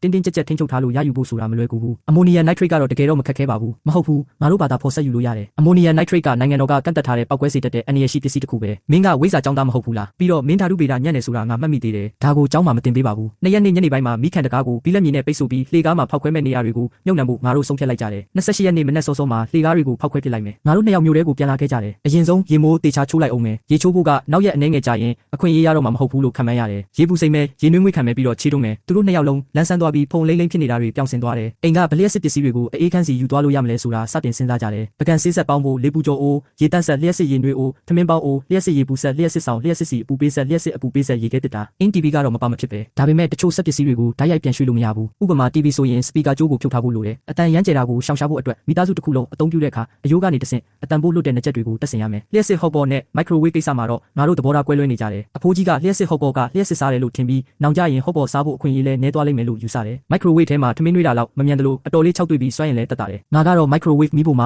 ာရုတ်တရက်စွမ်းရင်အသုံးပြုမှုများတယ်လို့ထင်တယ်စူညံတန်ကလည်းကျယ်တယ်လုံခြုံရေးပေါ့ air con ကိစ္စမှာလဲငါတို့အရန်ကိုကောင်းရှုံနေကြတယ်တက်တောင့်တက်တာရှိမှုအပိုင်းမှာကြည့်ရင် air con ကတဘာဝကြကြကိုကောင်းပါတယ်ဒါပေမဲ့ air con ရဲ့စွမ်းရင်သုံးစွဲမှုနဲ့စူညံတန်ကလည်းငါတို့ကိုအလွန်မင်းကောင်းရှုပ်စေခဲ့တယ်ခြေထောက်စိန်နဲ့စီပိုင်းနဲ့နှိမ့်နေတဲ့စက်တွေကိုပြက်ပြက်တသားပဲဆွန့်လွတ်လိုက်တယ်ဒါပေမဲ့တစ်သားစီပိုင်းတစ်ခုနဲ့လက်နဲ့ပို့လို့ရတဲ့မာကြောင်ကိုတော့ယူသွားမယ်တေချာတာပေါ့မာကြောင်ခဲလေးတွေကိုရေမြုပ်တွေနဲ့အကြည်အောင်ဆီလီကွန်ပြားတွေကတ်ထားရမယ်ဒါပေမဲ့အခုကစပြီးဖက်ချက်တွေကိုပို့ဖို့ဆိုတာမဖြစ်နိုင်တော့ဘူးအထူးတနက်တွေနဲ့အနှိပ်ပစ္စည်းအမျိုးမျိုးကိုလူတစ်ယောက်ချင်းစီကယူဆောင်လာနိုင်တယ်အတန်ချက်ဆက်ကတော့လုံးဝတားမြစ်ထားတဲ့ပစ္စည်းပဲအတန်ချက်ဆက်တင်မကဘူးကွဲရှာလွယ်တဲ့ပစ္စည်းပါကိုမှယူသွားလို့မရဘူးအနာဂတ်မှာအိမ်သုံးပကံခွဲရောက်တွေအားလုံးကတတုကြီးပဲဖြစ်လိမ့်မယ်ဆက်ရုပ်ဖုံဆုပ်ဆက်တွေနဲ့စမတ်အိမ်သားတွေကိုလည်းအတူတူဆွန့်လွတ်လိုက်တယ်နှစ်ခုစလုံးကအသုံးပြုရမယ့်အခြေအနေတွေမရှိတော့လို့ပဲအေးခန်းထဲကလေကတန့်ရှင်းပြီး၆တွေ့တဲ့အပြင်ဖုံလုံးအမင်းထွက်เสียဘာမှမရှိဘူးငါတို့ကရိုးရာအိမ်သားတွေကိုလည်းမသုံးပဲအာဘီကားတွေအတွက်သုံးတဲ့ရွှေ့ပြောင်းလို့ရတဲ့အိမ်သားတွေကိုပဲသုံးမှာပါစီစစ်ရွေးချယ်မှုပြီးစီးသွားပြီးငါစွမ်းရင်သုံးဆွဲမှုကိုတွက်ချက်ကြည့်လိုက်တယ်အားလုံးကစွမ်းအားပြည့်တဲ့တပြိုင်နက်တည်းမလဲပတ်သက်ပြီးတော့ပြဿနာကြီးကြီးမားမားမဖြစ်တော့ဘူးဘက်ထရီပြားနှစ်အုပ်စုအပြင်တစ်ချိန်တည်းမှာဘေဂျင်းကလည်း online မှာရှိနေတယ်အမြင့်ဆုံးလျှက်စစ်သုံးဆွဲမှုကိုရင်ဆိုင်ဖို့အတွက်ဘက်ထရီပြား10အုပ်လည်းရှိသေးတယ်ရောက်ခတိကိုအိမ်ပြန်ပို့ဖို့ငါ့ကိုစောင့်ပါအောင်ငါအိမ်ကိုပြန်ရောက်တော့ည2နာရီရှိနေပြီတိုးတက်မှုကိုတွက်ချက်ပြီးတဲ့နောက်အားလုံးကအစီအစဉ်ထဲမှာပဲရှိနေတယ်အချိန်စရာထက်တောင်နည်းနည်းစောနေသေးတယ်ဒါမှမဟုတ်ပုံမြန်နေတယ်အပြောင်းလဲတွေကိုတုတ်ပြန်ဖို့အချိန်ဖယ်ထားလိုက်တယ်ခံမှန်းခံခဲ့ရတာကိုငါမှတ်မိတယ်အနာဂတ်မှာ6တွေ့တဲ့ရွှွညွန့်လေးတွေကိုတန့်စင်တဲ့ရွှွညွန့်ရည်တွေလိုရောင်းချကြလိမ့်မယ်ဘာလို့လဲဆိုတော့6တွေ့တဲ့လေဆိုတာကအလွန်ကိုစိန်ခံနိုင်တဲ့အရာတစ်ခုဖြစ်လာမှာမို့လို့ပဲအခုတော့သူအဆင်ပြေတယ်လို့ငါခံစားရတယ်ပူပြင်း6တွေ့တဲ့လေက လူခန္ဓာကိုယ်တွေကရေဓာတ်အားလုံးကိုပြပြဝစ်အောင်စုပ်ယူသွားမဲ့ပုံပဲဒါပေမဲ့ပုတ်စော်နံတဲ့အနံ့တွေကလေထဲမှာပြည့်နေနေပြီးဘိုက်ထဲကအန်ဂျင်စိတ်ကိုအောင်ရေးထိန်းချုပ်ထားဖို့ခက်ခဲတယ်နောက်ဆုံးတော့ငါမတောင့်ခံနိုင်တော့ဘူးခေါမိုးထက်ရဲ့အဆုံးမှာမှောက်ပြီးငါအန်ချလိုက်တယ်အန်ဖက်တွေကဇွန်ဘီတွေပေါ်ကိုကျဆင်းသွားတယ်ငါသူ့ပေါ်ရိုင်းဆိုင်စွာပြုတ်မှုလိုက်တာကိုဇွန်ဘီကဂယုမဆိုင်ဘူးစန့်ကျင်ဘက်အနေနဲ့အန်ဖက်ထဲကလူရဲ့အရာတာကသူတို့ဂယုဆိုင်တဲ့အရာဖြစ်နေတယ်ငါအောက်ကိုတေးသေးချာချာကြည့်လိုက်တယ်ဇွန်ဘီဖြစ်သွားပြီးတဲ့နောက်ကြွက်တွေရဲ့လှုပ်ရှားနိုင်စွမ်းကလည်းတိတိတတ်တာရောကျသွားပုံရတယ်သူတို့ကနေရန်ပေါ်ကနေမှန်နေရရဲ့ထောက်ကန်နိုင်တွေစီတက်ပြီးဆက်တက်နိုင်တဲ့စွမ်းရည်မရှိတော့ဘူးပိုပြီးအန်ဩစရာကောင်းတာကအင်းဆက်ပိုးမွားတွေကဇွန်ဘီဗိုင်းရပ်စ်ရဲ့တက်ရောက်မှုကိုမခံရတာပဲအနည်းဆုံးတော့ရင်ကောင်တွေနဲ့ခြင်တွေကပုံမှန်အတိုင်းပြန်တန်းနေပုံရတယ်ဟူရင်ကောင်တွေခြင်တွေရှိနေတယ်ငါလက်ခုံပေါ်မှာစူးကနေအကိုက်ခံလိုက်ရတယ်လို့ခံစားလိုက်ရတယ်ငါဂယုမဆိုင်ပဲခြင်တွေကိုရိုက်တက်လိုက်တယ်စက်ကြည့်နေလိုက်တယ်လက်ခုံကနည်းနည်းရလာလို့ကုတ်လိုက်တယ်ပူနွေးနွေးခံစားလိုက်ရတယ်အောက်ကိုကြည့်လိုက်တယ်လက်ခုံပေါ်ကအသားတွေစုပ်ပြဲသွားတယ်လန်ထွက်နေတဲ့အသားတွေကအမဲရောင်ဖြစ်နေတယ်အရေပြားကလည်းမဲသွားပြီးလက်မောင်းတွေစီကိုပြန့်နှံ့သွားတယ်လက်မောင်းကတဖြည်းဖြည်းထုံလာတယ်အဲ့ဒါကပျော့ပြောင်းမှုလည်းမရှိတော့ဘူးငါစကားနဲ့ဖော်ပြလို့မရအောင်ကြောက်လန့်သွားတယ်ငါမိမခေါမိုးထက်စီရှောက်လာနေတာကိုငါမြင်လိုက်ရတယ်အဲ့ဒီအချိန်မှာပဲချင်းအုပ်ကြီးကငါပတ်လည်မှာဝဲပြန်နေကြတယ်တောက်နင်ပါလို့ဖို့တက်လာတာလဲချင်းတွေရှိတယ်ဒီကိုမလာနဲ့လို့ငါအော်ပြောလိုက်တယ်ခေါမိုးထက်ကတကားကိုတောက်ခတ်ဖို့စူးစမ်းနေပေမဲ့တကားဝမှာတွေးကြမယ်လို့ပြောပြီးခန္ဓာကိုယ်ကအမိန့်ကိုမနာခံတော့ဘူးငါအားကုန်တုံးပြီးခုံအုပ်လိုက်တယ်မျက်တောင်တစ်ခတ်အတွင်းမှာပဲအဖွဲခန်းရဲ့မျက်နှာချက်ကိုငါပြန်မြင်လိုက်ရပြန်တယ်ငါကရန်ကွန်ပါဇွန်လ22ရက်နေ့ရောက်နေပြီငါခိုးလုံရစခန်းရွေးချယ်တာမှားသွားပြီဆိုတာကိုငါသိလိုက်ရတယ်အခုနေရာပြောင်းဖို့ကအရန်နောက်ကျနေပြီလားအိမ်သာပေါ်မှာထိုင်လိုက်တယ်ငါအိမ်မက်ထဲကအသေးစိတ်အချက်လက်တွေကိုဂယုတစိုက်ပြန်လဲစဉ်းစားဖို့စတင်လိုက်တယ်အိမ်မက်ထဲကမြင်ကွင်းကတေချာပေါက်အေးခန်းတစ်ခုပဲအောက်ထပ်မှာဇွန်ဘီတစ်ကောင်လည်းရှိတယ်အဲ့ဒါကအေးခန်းဟာအသက်ရှင်ကျန်ရစ်သူတွေကိုမဆွဲဆောင်ထားဘူးဆိုတာကိုပြသနေတယ်ဇွန်ဘီတွေကိုဆွဲဆောင်နိုင်တဲ့အရင်းမြစ်လည်းမရှိဘူးဇွန်ဘီကြွက်တွေကပထမဆုံးအကြိမ်မြင်ဘူးတာမဟုတ်ဘူးပြီးခဲ့တဲ့အကြိမ်တုန်းကငါအဲ့ဒီအကြောင်းကိုတိတိကျကျမစဉ်းစားခဲ့မိဘူးအခုပြန်တွေးကြည့်တော့ဇွန်ဘီကြွက်ရဲ့ခုံနိုင်စွမ်းနဲ့လှုပ်ရှားမှုအမြန်တုန်းကတိတိတတ်တာကျဆင်းသွားတယ်အဲ့ဒါကဗိုင်းရပ်စ်ဟာခန္ဓာကိုယ်လှုပ်ရှားမှုကိုကြီးမားတဲ့ထိခိုက်ပျက်စီးမှုတွေဖြစ်စေနိုင်တယ်ဆိုတာကိုပြသနေတယ်ချင်းတွေကတော့ပုံမှန်အတိုင်းပြန်တန်းနိုင်သေးတယ်အဲ့ဒါကဗိုင်းရပ်စ်ကသွေးတရဝါတွေကိုမကူးစက်နိုင်ဘူးဆိုတာညွှန်ပြနေပေမဲ့သွေးဆုပ်တဲ့ချင်းတွေကတော့ဗိုင်းရပ်စ်ကိုတေချာပေါက်ကူးစက်ပြန်ပွားစေနိုင်တယ်လက်ရှိအေးခန်းရဲ့အင်းဆက်ကာကွယ်မှုကဘာမှမရှိတာထက်တော့ပိုကောင်းပါတယ်ဒါကြောင့်ချင်းနေနေရဲ့အစီအစဉ်ကိုဘက်ဆောင်ကနေမဖြစ်မနေလှုပ်ဆောင်ရမယ်ဖုန်းကိုကောက်ကင်ပြီးစီနီယာတယောက်စီဖုန်းဆက်လိုက်တယ်စီနီယာကငါစီကိုတီနေယာတစ်ခုတိုက်ရိုက်ပို့ပေးပြီးသူ့စက်ရုံကိုလာလဲဖို့ဖိတ်ခေါ်တယ်ထားလိုက်ပါတော့အချိန်လုံလောက်ရနိုင်ပါသေးတယ်ငါစီကနေတိတ်မဝေးဘူးပွဲချင်းပြီးတွားကြည့်ရတာပိုကောင်းပါတယ်ရောက်ခတိအိမ်ကိုတွားပြီးငါမိမကိုခေါ်ကာတွားကြည့်လိုက်မယ်စက်ရုံကိုငါတို့ရောက်တဲ့အထိဆောင်ပါကားထဲမှာလူ3ယောက်ရှိနေပြီခေမလေးကမျက်နှာသေးကြီးနဲ့လိုက်လာတယ်စီနီယာဒီစက်ရုံကချောကလက်စက်ရုံတရုံပါအဲ့ဒါကိုချောကလက်အစစ်နဲ့ပြုလုပ်ထားတယ်အချင်းဖောက်ချင်းဖုတ်ချင်းကြိတ်ခွဲချင်းရောဆက်ချင်းနဲ့ထုတ်ပိုးချင်းလုပ်ငန်းစဉ်တစ်ခုလုံးကိုကိုယ်တိုင်လုပ်ဆောင်တယ်စီနီယာကငါတို့ကိုစက်ရုံထဲမှာဂယုတစိုက်လိုက်လံပြသခဲ့တယ်သူ့ရဲ့အလုပ်ရုံနဲ့ကိုတောင်ထဲကကြက်ကာကွယ်ရေးအင်းဆက်ကာကွယ်ရေးနဲ့ချင်းရင်ကာကွယ်ရေးဒီဇိုင်းတွေအကြောင်းငါဘာလို့အထူးတလဲစိတ်ဝင်စားနေလဲဆိုတာကိုသူနားမလည်နိုင်ဖြစ်နေပေမဲ့ပေါ့အဲ့ဒီအပြင်အဓိကနေရာတွေမှာတက်ဆိုင်ရာပိတ်ဆို့မှုဆိုင်ရာအထောက်အကူပြုပစ္စည်းတွေဘယ်လိုစီစဉ်ရမလဲအလင်းပြန်လောင်ချိုင်းတွေနဲ့တက်ဖြတ်တဲ့ကိရိယာတွေတက်ကြွတဲ့နဲ့မလှုပ်ရှားတဲ့တက်ဖြတ်တဲ့ကိရိယာအများပြားအင်းဆက်ခွဲခြားတဲ့ capacity စီစဉ်မှုတွေစတာတွေကိုလည်းအသေးစိတ်ဖော်ပြထားတယ်ဓာတ်ပုံတွေအများကြီးရိုက်ဖို့2နာရီအချိန်ယူလိုက်ရတယ်ကျွန်တော်ရဲ့စီနီယာတွေကိုလည်းအလားတူနေရာလွတ်တစ်ခုဒီဇိုင်းဆွဲပေးဖို့အကူအညီတောင်းလိုက်တယ်ပစ္စည်းပေးသွင်းသူရဲ့အချက်လက်တွေကိုထပ်ရလာပြီးတဲ့နောက်မှာတော့စီနီယာပေးလိုက်တဲ့ချောကလက်မျိုးပါတဲ့တစ်တာကြီးနှလုံးကိုတင်လိုက်တယ်ချောကလက်စက်ရုံကနေနှုတ်ဆက်ပြီးထွက်လာခဲ့တယ်ပြန်လာတဲ့လမ်းမှာမိမဖြစ်သူကစီနီယာပေးထားတဲ့ပစ္စည်းပေးသွင်းသူရဲ့အချက်လက်တွေကိုယူလိုက်တယ်ကြွက်ထောင်ချောက်တွေအင်းဆက်ပိုက်တွေဆေးဘူးတွေစတာတွေအပါဝင်စက်ပစ္စည်းအစုံလင်ကိုမှယူဖို့ဖုန်းဆက်လိုက်တယ်ငါကတော့ငါဘာသာပဲလုပ်လိုက်တယ်ကားပြုတ်ပြင်းတဲ့ဆိုင်စီသွားပြီးကားကိုတေချာထိမ့်သိမ်းစစ်ဆေးလိုက်တယ်အထူးသဖြင့်ဘက်ထရီနဲ့မော်တာကိုတေးသေးချာချာစစ်ဆေးခဲ့တယ်ငါကားကိုတငယ်ချင်းတယောက်ရဲ့ဆိုင်စီမောင်းသွားပြီးပြားချက်မဖြစ်စေမဲ့တာယာတွေနဲ့လဲလှယ်လိုက်တယ်ကားတစ်စီးလုံးကိုလည်းကိုရေးကိုတာကာကွယ်တဲ့ရုပ်ရှင်များတွေနဲ့ဖုံးအုပ်လိုက်တယ်ဂျာစီကိုလည်းအမဲရောင်အယောင်ဆုံးဂျာစီနဲ့ကတ်လိုက်တယ်အဲ့ဒါကအတစ်ဆက်ဆက်ဖြစ်သွားပြီအလုပ်တွေအကုန်လုံးလုပ်ပြီးတဲ့နောက်လူ3ယောက်ကဂျပန်အစားအစာတွေကိုစားခဲ့ကြတယ်ဘာပဲဖြစ်ဖြစ်နောက်ကျရင်လက်ဆက်တဲ့အစားအစာတွေကိုစားနိုင်တော့မှာမဟုတ်ဘူးလေအေးခန်းစီသွားတဲ့လမ်းမှာငါစဉ်းစားကြည့်လိုက်တယ်ပူပေါင်းဆောင်ရွက်သူစီဖုန်းဆက်လိုက်တ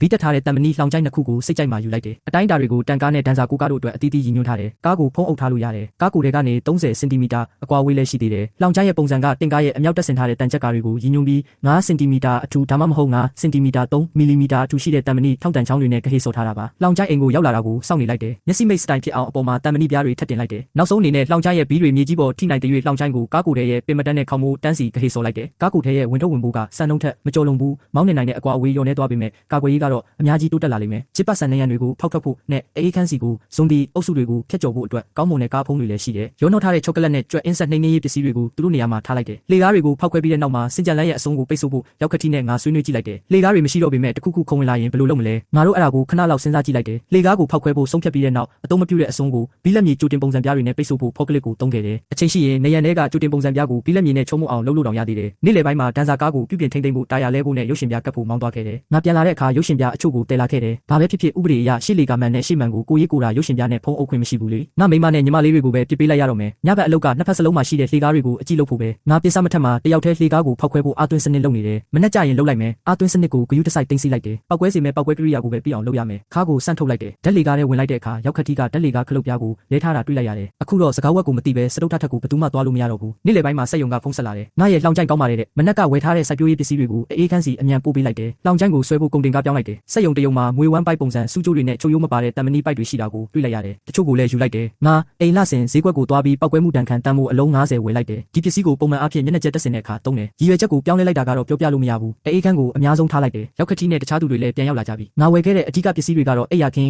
းရေချိုးတုပ်ပိုးဝါနဲ့အိမ်သာသုံးစက်ကူတွေပါအမျိုးသမီးသုံးပစ္စည်းတွေအိမ်သာသုံးပစ္စည်းတွေနေ့စဉ်သုံးပစ္စည်းတွေစတာတွေပေါ့ MP3 ကားထဲမှာအပြည့်ပဲမိမဖြစ်သူကသူတို့ရဲ့ပစ္စည်းစရင်းကိုတိကျစီတင်ထားလိုက်တယ်ငါရောက်ခတိနဲ့ငါဂဟေစော်တဲ့စက်ကိုကောက်ကင်ပြီးတန်လောင်ချိုင်းကိုပြင်ဆင်တော့တယ်ည9 နာရီထိအလုပ်လုပ်တယ်လောင်ချိုင်းကအခြေခံအဖြစ်အစင်သင့်ဖြစ်နေပြီလောင်ချိုင်းရဲ့အပြင်နံရံကိုတန်မဏိအစင်းကြောင်းတွေနဲ့ဖုံးအုပ်ထားတယ်အပိုင်းတစ်ခုစီရဲ့ကြားကွာဝေးက9 စင်တီမီတာရှိတယ်အဲ့ဒါကကာကွယ်ရေးလည်းဖြစ်တယ်လို့စောင့်ကြည့်နိုင်တဲ့စွမ်းရည်လည်းရှိတယ်အပြင်ဘက်လက်စွပ်ကိုငွေ1 ပိုက်ပုံစံစူးကြိုးတွေနဲ့ပတ်ထားတယ်ဓာတ်သွားလို့အဆုံးကအပြင်ဘက်ကိုမျက်နှာမူထားတယ်ဝင်းပေါက်ကအပေါ်ဘက်မှာရှိတဲ့ကောင်းကင်ပြတင်းပေါက်နဲ့တက်တဲ့မျက်နှာမူနေတယ်လူဝင်သွားပြီးတဲ့နောက်အဖုံးကိုဆွဲချလိုက်ဒါမှမဟုတ်တန်မဏိတိုင်တွေကဆွဲငင်အားကြောင့်ပြုတ်ကျလာပြီးတော့ခတ်သွားမယ်အဖုံးကိုအပြင်ဘက်ကနေဖွင့်ဖို့ဆိုတာလုံးဝမဖြစ်နိုင်ဘူးလောင်ချိုင်းကိုယ်ထဲမှာပျော့ပြောင်းစွာချိတ်ဆက်ထားတဲ့ဘီးဆက်နှလုံးပါတယ်အဲ့ဒါကကားရဲ့သွားလာနိုင်စွမ်းကိုမြင့်တင်ပေးုံသာမကလောင်ချိုင်းရဲ့အလေးချိန်ကိုလည်းခွဲဝေပေးတယ်ငါရဲ့မကောင်းတဲ့အကျင့်ကြောင့်နောက်ထပ်လောင်ချိုင်းတစ်ခုကိုအမဲရောင်ဆေးတုပ်လိုက်တယ်နှစ်ရက်နေစုဝေးဖို့ပဲစောင့်နေလိုက်တော့ရောက်ခတိရဲ့အိမ်ကိုပြန်သွားပြီးညစာအတူတူစားလိုက်ကြတယ်ခဲမလေးကငါ့ကိုစရင်တစ်ခုပေးတယ်ရောက်ခမငါတို့ရဲ့စေဝါနဲ့ပစ္စည်းစားတော်တွေကမလုံလောက်ဘူးတူလောင်ထားတဲ့နီးလမ်းမှာလည်းပြဿနာတွေရှိနေတယ်ခဲမလေးကငါ့ကိုရှင်းပြတယ်နေငါညီမကိုတွားချုပ်ခိုင်းတဲ့အခါလက်ထဲမှာရှိတဲ့ဆေးတွေအကုန်ဝယ်ခဲ့ပါဒါပေမဲ့ရောင်ရမ်းမှုတိုက်ဖြတ်ရေးဆေးတွေအစာအိမ်ဆေးတွေလိုမျိုးဆေးဘက်ဆိုင်ရာပိုးသက်ဆေးတွေနဲ့စားရည်ခွန်းဝါခွန်းဂွန်းတန်ဆေးဘက်ဆိုင်ရာအဝတ်စားတွေကမလုံလောက်ဘူးငါချွေးတွေပြန်နေတယ်စရင်ထဲမှာရေခဲတစ်တာနှလုံးဖိအားပေးချက်ပြုတ်ဆက်တစ်လုံးနဲ့ရေပေါင်းခံဆက်တစ်လုံးလည်းပါသေးတယ်ဖိအားပေးချက်ပြုတ်ဆက်ကိုဘယ်လိုပိုးတက်ရမလဲနဲ့ရေပေါင်းခံရေဘယ်လိုလုပ်ရမလဲဆိုတာကိုငါသိတယ်ရေခဲတစ်တာနှလုံးဘာကြောင့်လို့လဲဆိုတာရှင်းပြပေးနိုင်မလားအေးခဲတစ်တာတစ်လုံးတည်လာခဲ့ကြရအောင်ဆေးဝါးအမျိုးအစားတွေပေါ်မူတည်ပြီးတူလောင်ရမယ့်အပူချိန်တွေမတူညီကြဘူးနေ့စဉ်ရေခဲတစ်တာအဖွင့်အပိတ်လုပ်တာကြောင့်ဖြစ်ပေါ်လာမယ့်အပူချိန်အတက်ကြတွေကိုလည်းရှောင်ရှားဖို့လိုအပ်တယ်ဒါကြောင့်ရေခဲတစ်တာနှလုံးရှိတာအကောင်းဆုံးပဲခဲမလေးကစိတ်ရှည်လက်ရှည်ရှင်းပြတယ်ပြီးတော့ငါတို့ကအသုံးများတဲ့ကာကွယ်ဆေးတွေနဲ့ထိုးဆေးတွေကိုလည်းတူလောင်ထားဖို့လိုသေးတယ်ဥပမာ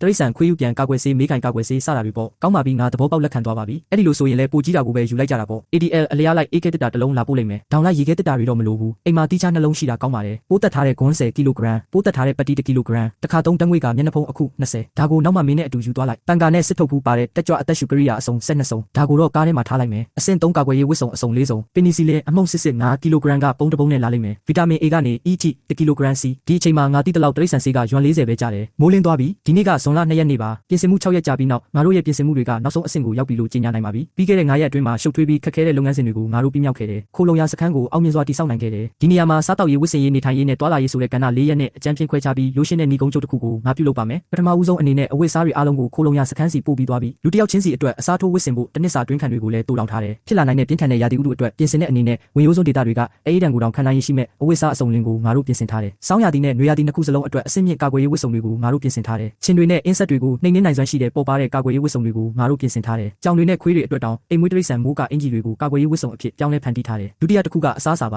ါငါတို့ကအေးခဲထုတ်ကုန်ကုပမီတာ10ခုတည်းကိုပဲတူလောင်ထားတာမဟုတ်ဘူးကြက်ပဲအမဲတိုးဝက်နဲ့ငါးဆိုပြီးခွဲခြားထားတဲ့အမြန်စားဟင်းလျာအစုံတွေလည်းပါဝင်တယ်အခန်းအပူချိန်မှာထားလို့ရတဲ့ပစ္စည်းကုပမီတာ110ကိုလည်းတူလောင်ထားတယ်ဆန်အိတ်50ကောက်ပဲတီးနိုင်အိတ်30ဂျုံမုတ်အိတ်15အိတ်ပဲပိဆက်စီ10ပုံးထောပတ်ကီလိုဂရမ်50ဟင်းခတ်အမွေးကြိုင်အမျိုးမျိုးပေါင်း30ခောက်ဆွဲနဲ့ခောက်ဆွဲလိုထုတ်ကုန်အမျိုးမျိုးပါဝင်ပြီးစတူယမ်မီတာ150ရှိတဲ့ရေစိုက်ပျိုးရေး area နဲ့ကြက်တချင်းကိုလည်းတိစောက်ထားတယ်တေချာတာပေါ့အိမ်မွေးတိရစ္ဆာန်အစားအစာတွေကိုလည်းတေချာပြင်ဆင်ထားတယ်ဆွေးမြင့်ပစ္စည်းနိုင်တဲ့ကြောင်တဲပေါင်1500ကိုလည်းတူလောင်ထားတယ်အဲ့ဒါကိုမပြောခင်ဒါကိုအရင်ပြောကြရအောင်တန်ကားနဲ့တန်စာကိုကားကိုတန်ချက်ကကားတွေဖြစ်ပြောင်းလဲတက်ဆင်ခဲ့တယ်ဒီလိုပြောင်းလဲတက်ဆင်မှုကမမျှော်လင့်ထားတဲ့အကျိုးကျေးဇူးတစ်ခုကိုလည်းယူဆောင်လာပေးတယ်အဲ့ဒါကကားကိုယ်တဲ့နဲ့လောင်ချိုင်းကြားမှာအပိုးတူလောင်စရာနေရာတစ်ခုတိုက်ရိုက်ရလာတာပဲဓာတ်ဆီနောက်ထပ်လီတာ120ကိုဒီမှာတူလောင်ထားလို့ရတယ်အဖိုးကြီးကစီတိုင်ကီနဲ့စီပုံးကိုချိတ်ဆက်ဖို့ချုပ်ရိုးမပါတဲ့ပိုက်အဆိုရှင်ကိုအသုံးပြုခဲ့တယ်ကားပေါ်ကနေဆင်းစရာမလိုပဲစီပုံးတွေကဓာတ်ဆီကိုစီတိုင်ကီထဲပြန်ဖြည့်လို့တောင်ရတယ်မနက်ဖြန်ကစပြီးကားနှစ်စီးစလုံးကကီလိုမီတာ3000ထက်မကအောင်မြင်စွာမောင်းနေနိုင်ပြီဖြစ်တယ်ခိုလုံရစခန်းကိုဆက်ပြီးသုံးလို့မရတော့တဲ့အခါဒီကားနှစ်စီးကလွတ်မြောက်ရေးအစီအစဉ်တစ်ခုဖြစ်လာမယ်ကားနှစ်စီးကတစ်စီးနဲ့တစ်စီးအပြန်လန်အရန်အဖြစ်ရှိနေတယ်ဒါကြောင့်ကားကိုလည်းလိုအပ်တယ်လို့အသင့်ပြင်ဆင်ထားတယ်ကားတစ်စီးမှာအပြင်ထွက်ကာကွယ်ရေးဝတ်စုံ6စုံတက်ကြွအသက်ရှူကရိယာတွေခရမ်းလွန်ရောင်ကြီးပိုးသက်စနစ်ပါတဲ့6လီတာဆန့်ရေလောင်ပုံးတစ်ပုံးဆေးတစ်တာ2ခုဆောင်သုံးတယ်လူတစ်ယောက်အတွက်အပိုးအဝတ်စား2စုံလူ60စားအရေးပေါ်အချောက်ခံအစားအစာတွေပါဝင်တယ်လောင်ချိုင်းထဲမှာတက်ဆင်ထားတဲ့ခေါင်းမိုးပေါ်မှာလည်းတူညီတဲ့ပမာဏရှိတဲ့အရန်ပစ္စည်းတွေရှိသေးတယ်လောင်ချိုင်းထဲမှာဓာတ်ဆီလီတာ120စစ်တုံးတူးရင်းပြားတွေနဲ့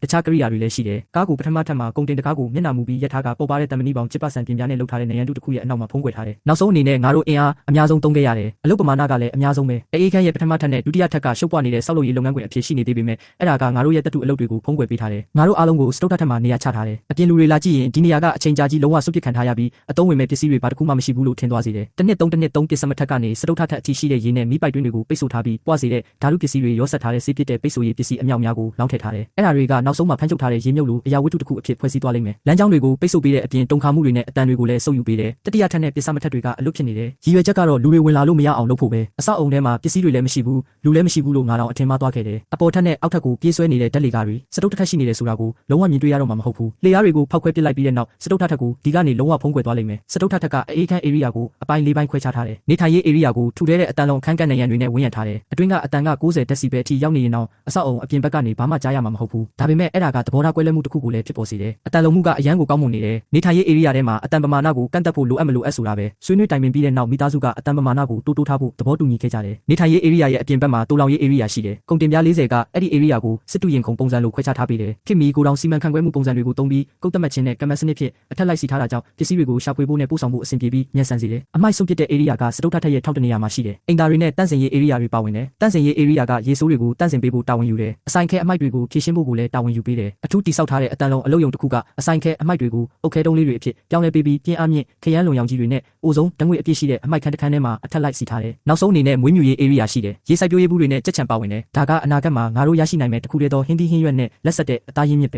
လျှက်စစ်ပစ္စည်းအပိုင်းမှာတော့ရေခဲတက်တာအဝိရှော်ဆက် TV ထမင်းပေါင်းအိုးပေါင်းဖို့ပကံဆေးဆက်လျှက်စစ်ဆောင်လျှက်စစ်အပူပေးဆက်ရေတန့်ဆက်လျှက်စစ်ရေနွေးအိုးတွေအပြင်လေပူကြောအိုးလျှက်စစ်ဖိအားပေးချက်ပြုတ်ဆက်ကိုလည်းယူလာခဲ့တယ်တေချာတာပေါ့အိမ်က drone အသေးလေး2စီးနဲ့ဟိုအပင်ဆောင် drone လည်းပါတယ်အဆောက်အုံထဲကမူလရေနဲ့မီးစနစ်တွေကိုဖျက်တောက်လိုက်ပြီးဓာတ်လေကားရဲ့မူလလျှက်စစ်ထောက်ပံ့မှုစနစ်ကိုလည်းဖျက်ဆီးပစ်လိုက်ပြီးပထမထပ်မှာရှိတဲ့ရေစက်ကြီးတွေရဲ့အဓိကအစိပ်ပိုင်းတွေဖြစ်တဲ့စားပစ်ပြားရေစုပ်ဆက်နဲ့ရေတိုင်ကြီးအဝင်ထွက်အဆိုးရှင်ကိုယ်တွေကိုလည်းဖြုတ်ပစ်လိုက်ပြီးအထက်ကကျင်းနီစစ်စစ်ပိုက်တွေကိုပါငါတို့တမင်တက်လုပ်ထားခဲ့တာတခိုးခိုးသွားတယ်ဆိုတဲ့အထင်မြင်မှအောင်လို့လေကေဘယ်ကျိုးကိုတောင်ဖြတ်ပြီးဖယ်ရှားပစ်ခဲ့တယ်ဒါပေမဲ့အဆောက်အုံကမူလကတည်းကပိုင်ရှင်စီမှာရှိနေခဲ့တာလေတိတ်တဆိတ်တူးထားတဲ့ရေတွင်းတွေကိုလည်းတေချာဖုံးကွယ်ထားတယ်အဆောက်အုံရဲ့မျက်နှာပြင်ကိုဖုံးအုပ်ထားတယ်မှန်တယ်ရလို့ထင်ရတဲ့လျှက်စစ်ထုံမှန်ကိုသုံးတာကိုလည်းသူတို့ကလှောင်ရကြတယ်ဒါပေမဲ့တကယ်တော့အဆောက်အုံထဲမှာရေနဲ့မီးလုံလောက်ရှိပါတယ်ငါအဲ့ရပေါ်မှာလှည့်ပြီးမနှက်ဖြန်အတွက်ပြင်ဆင်ထားတာတွေကိုထပ်ခါတလဲလဲပြန်တွေးကြည့်နေမိတယ်ဘလောက်ပဲကောင်းကောင်းပြင်ဆင်ထားပါစေကြောက်လန့်မှုအရေးရောင်လေးတွေရှိနေတာမို့အသက်ပြင်းပြင်းတစ်ချက်ရှူလိုက်တယ်ထားလိုက်တယ်နောက်ဆုံးအဆုံးသတ်အလုပ်တွေကိုပြီးအောင်လုပ်လိုက်တယ်ငါတို့ဒီကပ်ဘေးကြီးကိုရင်ဆိုင်ရတော့မယ်မနက်6နာရီမှနိုးလာတယ်အိမ်ကလျှက်စစ်ပစ္စည်းတွေရဲ့ပါဝါကိုတစ်ခုပြီးတစ်ခုပိတ်လိုက်တယ်ပြီးသူညမိသားစုတစ်ခုလုံးမနက်စာစားပြီးကြပြီမနေ့ကငါအမေကိုဒီနေ့ခီးထွက်မယ်လို့ပြောထားတယ်ငါအမေကသူမရဲ့ပစ္စည်းတွေကိုတင်ဆက်ပြီးရောက်ခတ်တီးနဲ့အတူအပြင်ထွက်တဲ့အခါပေါ့သူတို့ကခိုးလုံရစခန်းစီကိုအရင်သွားကြလိမ့်မယ်9နာရီတိတိမှအထမ်းသမားတွေရောက်လာကြတယ်ငါအိမ်ကလျှက်စစ်ပစ္စည်းတွေကိုစတင်ထုတ်ပိုးကြတယ်ငါအမေရဲ့တခြားပစ္စည်းတွေကိုလည်းအောက်ထပ်ကိုတည်သွားကြတယ်ငါကုန်တင်ကားကိုနေ့လယ်ကလေးကနေရာချထားပြီးအိမ်နဲ့အနီးဆုံးနေရာကိုရအောင်ယူထားတာအလုပ်သမားတွေကကားပေါ်တင်ဖို့နဲ့လိုအပ်တယ်လို့ကုန်တင်ပြားပေါ်မှာတက်ဆင်ဖို့တာဝန်ယူရုံပဲ12နာရီရောက်တော့တည်ယူပို့ဆောင်ရေးအလုပ်ပြီးသွားပြီအလုပ်ဖြစ်သွားတဲ့အိမ်တကားကိုပိတ်လိုက်ပြီးအထမ်းသမားတွေကိုတီးခြားစီငွေရှင်းပေးလိုက်တယ်7နာရီ48မိနစ်မြို့တစ်ဝက်လောက်ပတ်ပြီးအဝေးပြေးလမ်းပေါ်မှာကုန်တင်ကားကိုတမင်တက်မောင်းနေခဲ့တယ်စက်ရုံအဝင်ဝါကလုံခြုံရေးဂိတ်ကိုဖြတ်ပြီးကုန်တင်ကားကိုအေးခန်းစီမောင်းသွားခဲ့တယ်ငါမှတ်မိတဲ့လောက်တော့ငါမြို့ထဲကိုသွားခဲ့တယ်မှတ်ညံတွေကလိုပဲဖြစ်နေမလားဆိုတာငါမသိဘူးတန်းချန်စီပြန်ရောက်တော့ဇွန်ဘီဖြစ်နေပြီလားလို့ပေါ့ဖော့ကလစ်အကူညီနဲ့မိနစ်20အတွင်းမှာကုန်ချတဲ့အလုပ်ကိုအမြန်ပြီးစီးခဲ့တယ်ငါအမေကိုရှာဖို့အပေါ်ထက်ကိုတက်သွားတယ်အဖွားကြီးကိုကီလိုမီတာ12ကီလိုမီတာကွာဝေးတဲ့ကိုတောင်စီခေါ်သွားတယ်အမေကျွန်တော်မင်းမပြောစရာမလိုပါဘူးတရင်အချက်လက်တွေဖုံးကွယ်ထားရတဲ့မင်းရဲ့စိတ်ကူးကိုအမေနားလဲပါတယ်အခုတခြားသူတွေကိုမင်းသတိပေးလို့ရပါပြီဟုတ်ကဲ့ဒီကနေတရင်ပို့တာကငါတို့ရဲ့ခိုးလုံရစခန်းကိုပေါ်လွင်စေမှာမဟုတ်ဘူးကားမောင်းလာဖို့9ယောက်ကတိကိုလက်ပြလိုက်တယ်သတိပေးပြီးတာနဲ့ငါတို့ထွက်သွားကြမယ်အခုဒါကအိမ်မှာအပြင်ထွက်လို့ရတဲ့တစည်းတဲ့တော့ကပဲနိုင်ဝက်အကြာမှာအဖွားကြီးကကားထဲမှာတိတ်တဆိတ်ဖုန်းခေါ်ဆိုမှုတွေလုပ်ပြီးသွားပြီငါတို့အမြန်ပြန်လာခဲ့တယ်ဘာလို့လဲဆိုတော့လွန်ခဲ့တဲ့9မိနစ်ကတည်းကဒူအီယန်တင်းပေါ်မှာဇွန်ဘီတွေလူကိုကိုက်နေတဲ့ဗီဒီယိုတွေတက်နေပြီလေ10မိနစ်တောင်မကြာပဲပြန်ရောက်လာတယ်ရောက်ခမနဲ့မိမဖြစ်သူကပထမထပ်တက်လေကအဝင်ဝမှာငါတို့ကိုစိုးရိမ်တကြီးစောင့်နေကြတယ်ကားကိုကားရနာရန်နေရာမှာထိုးရက်လိုက်တ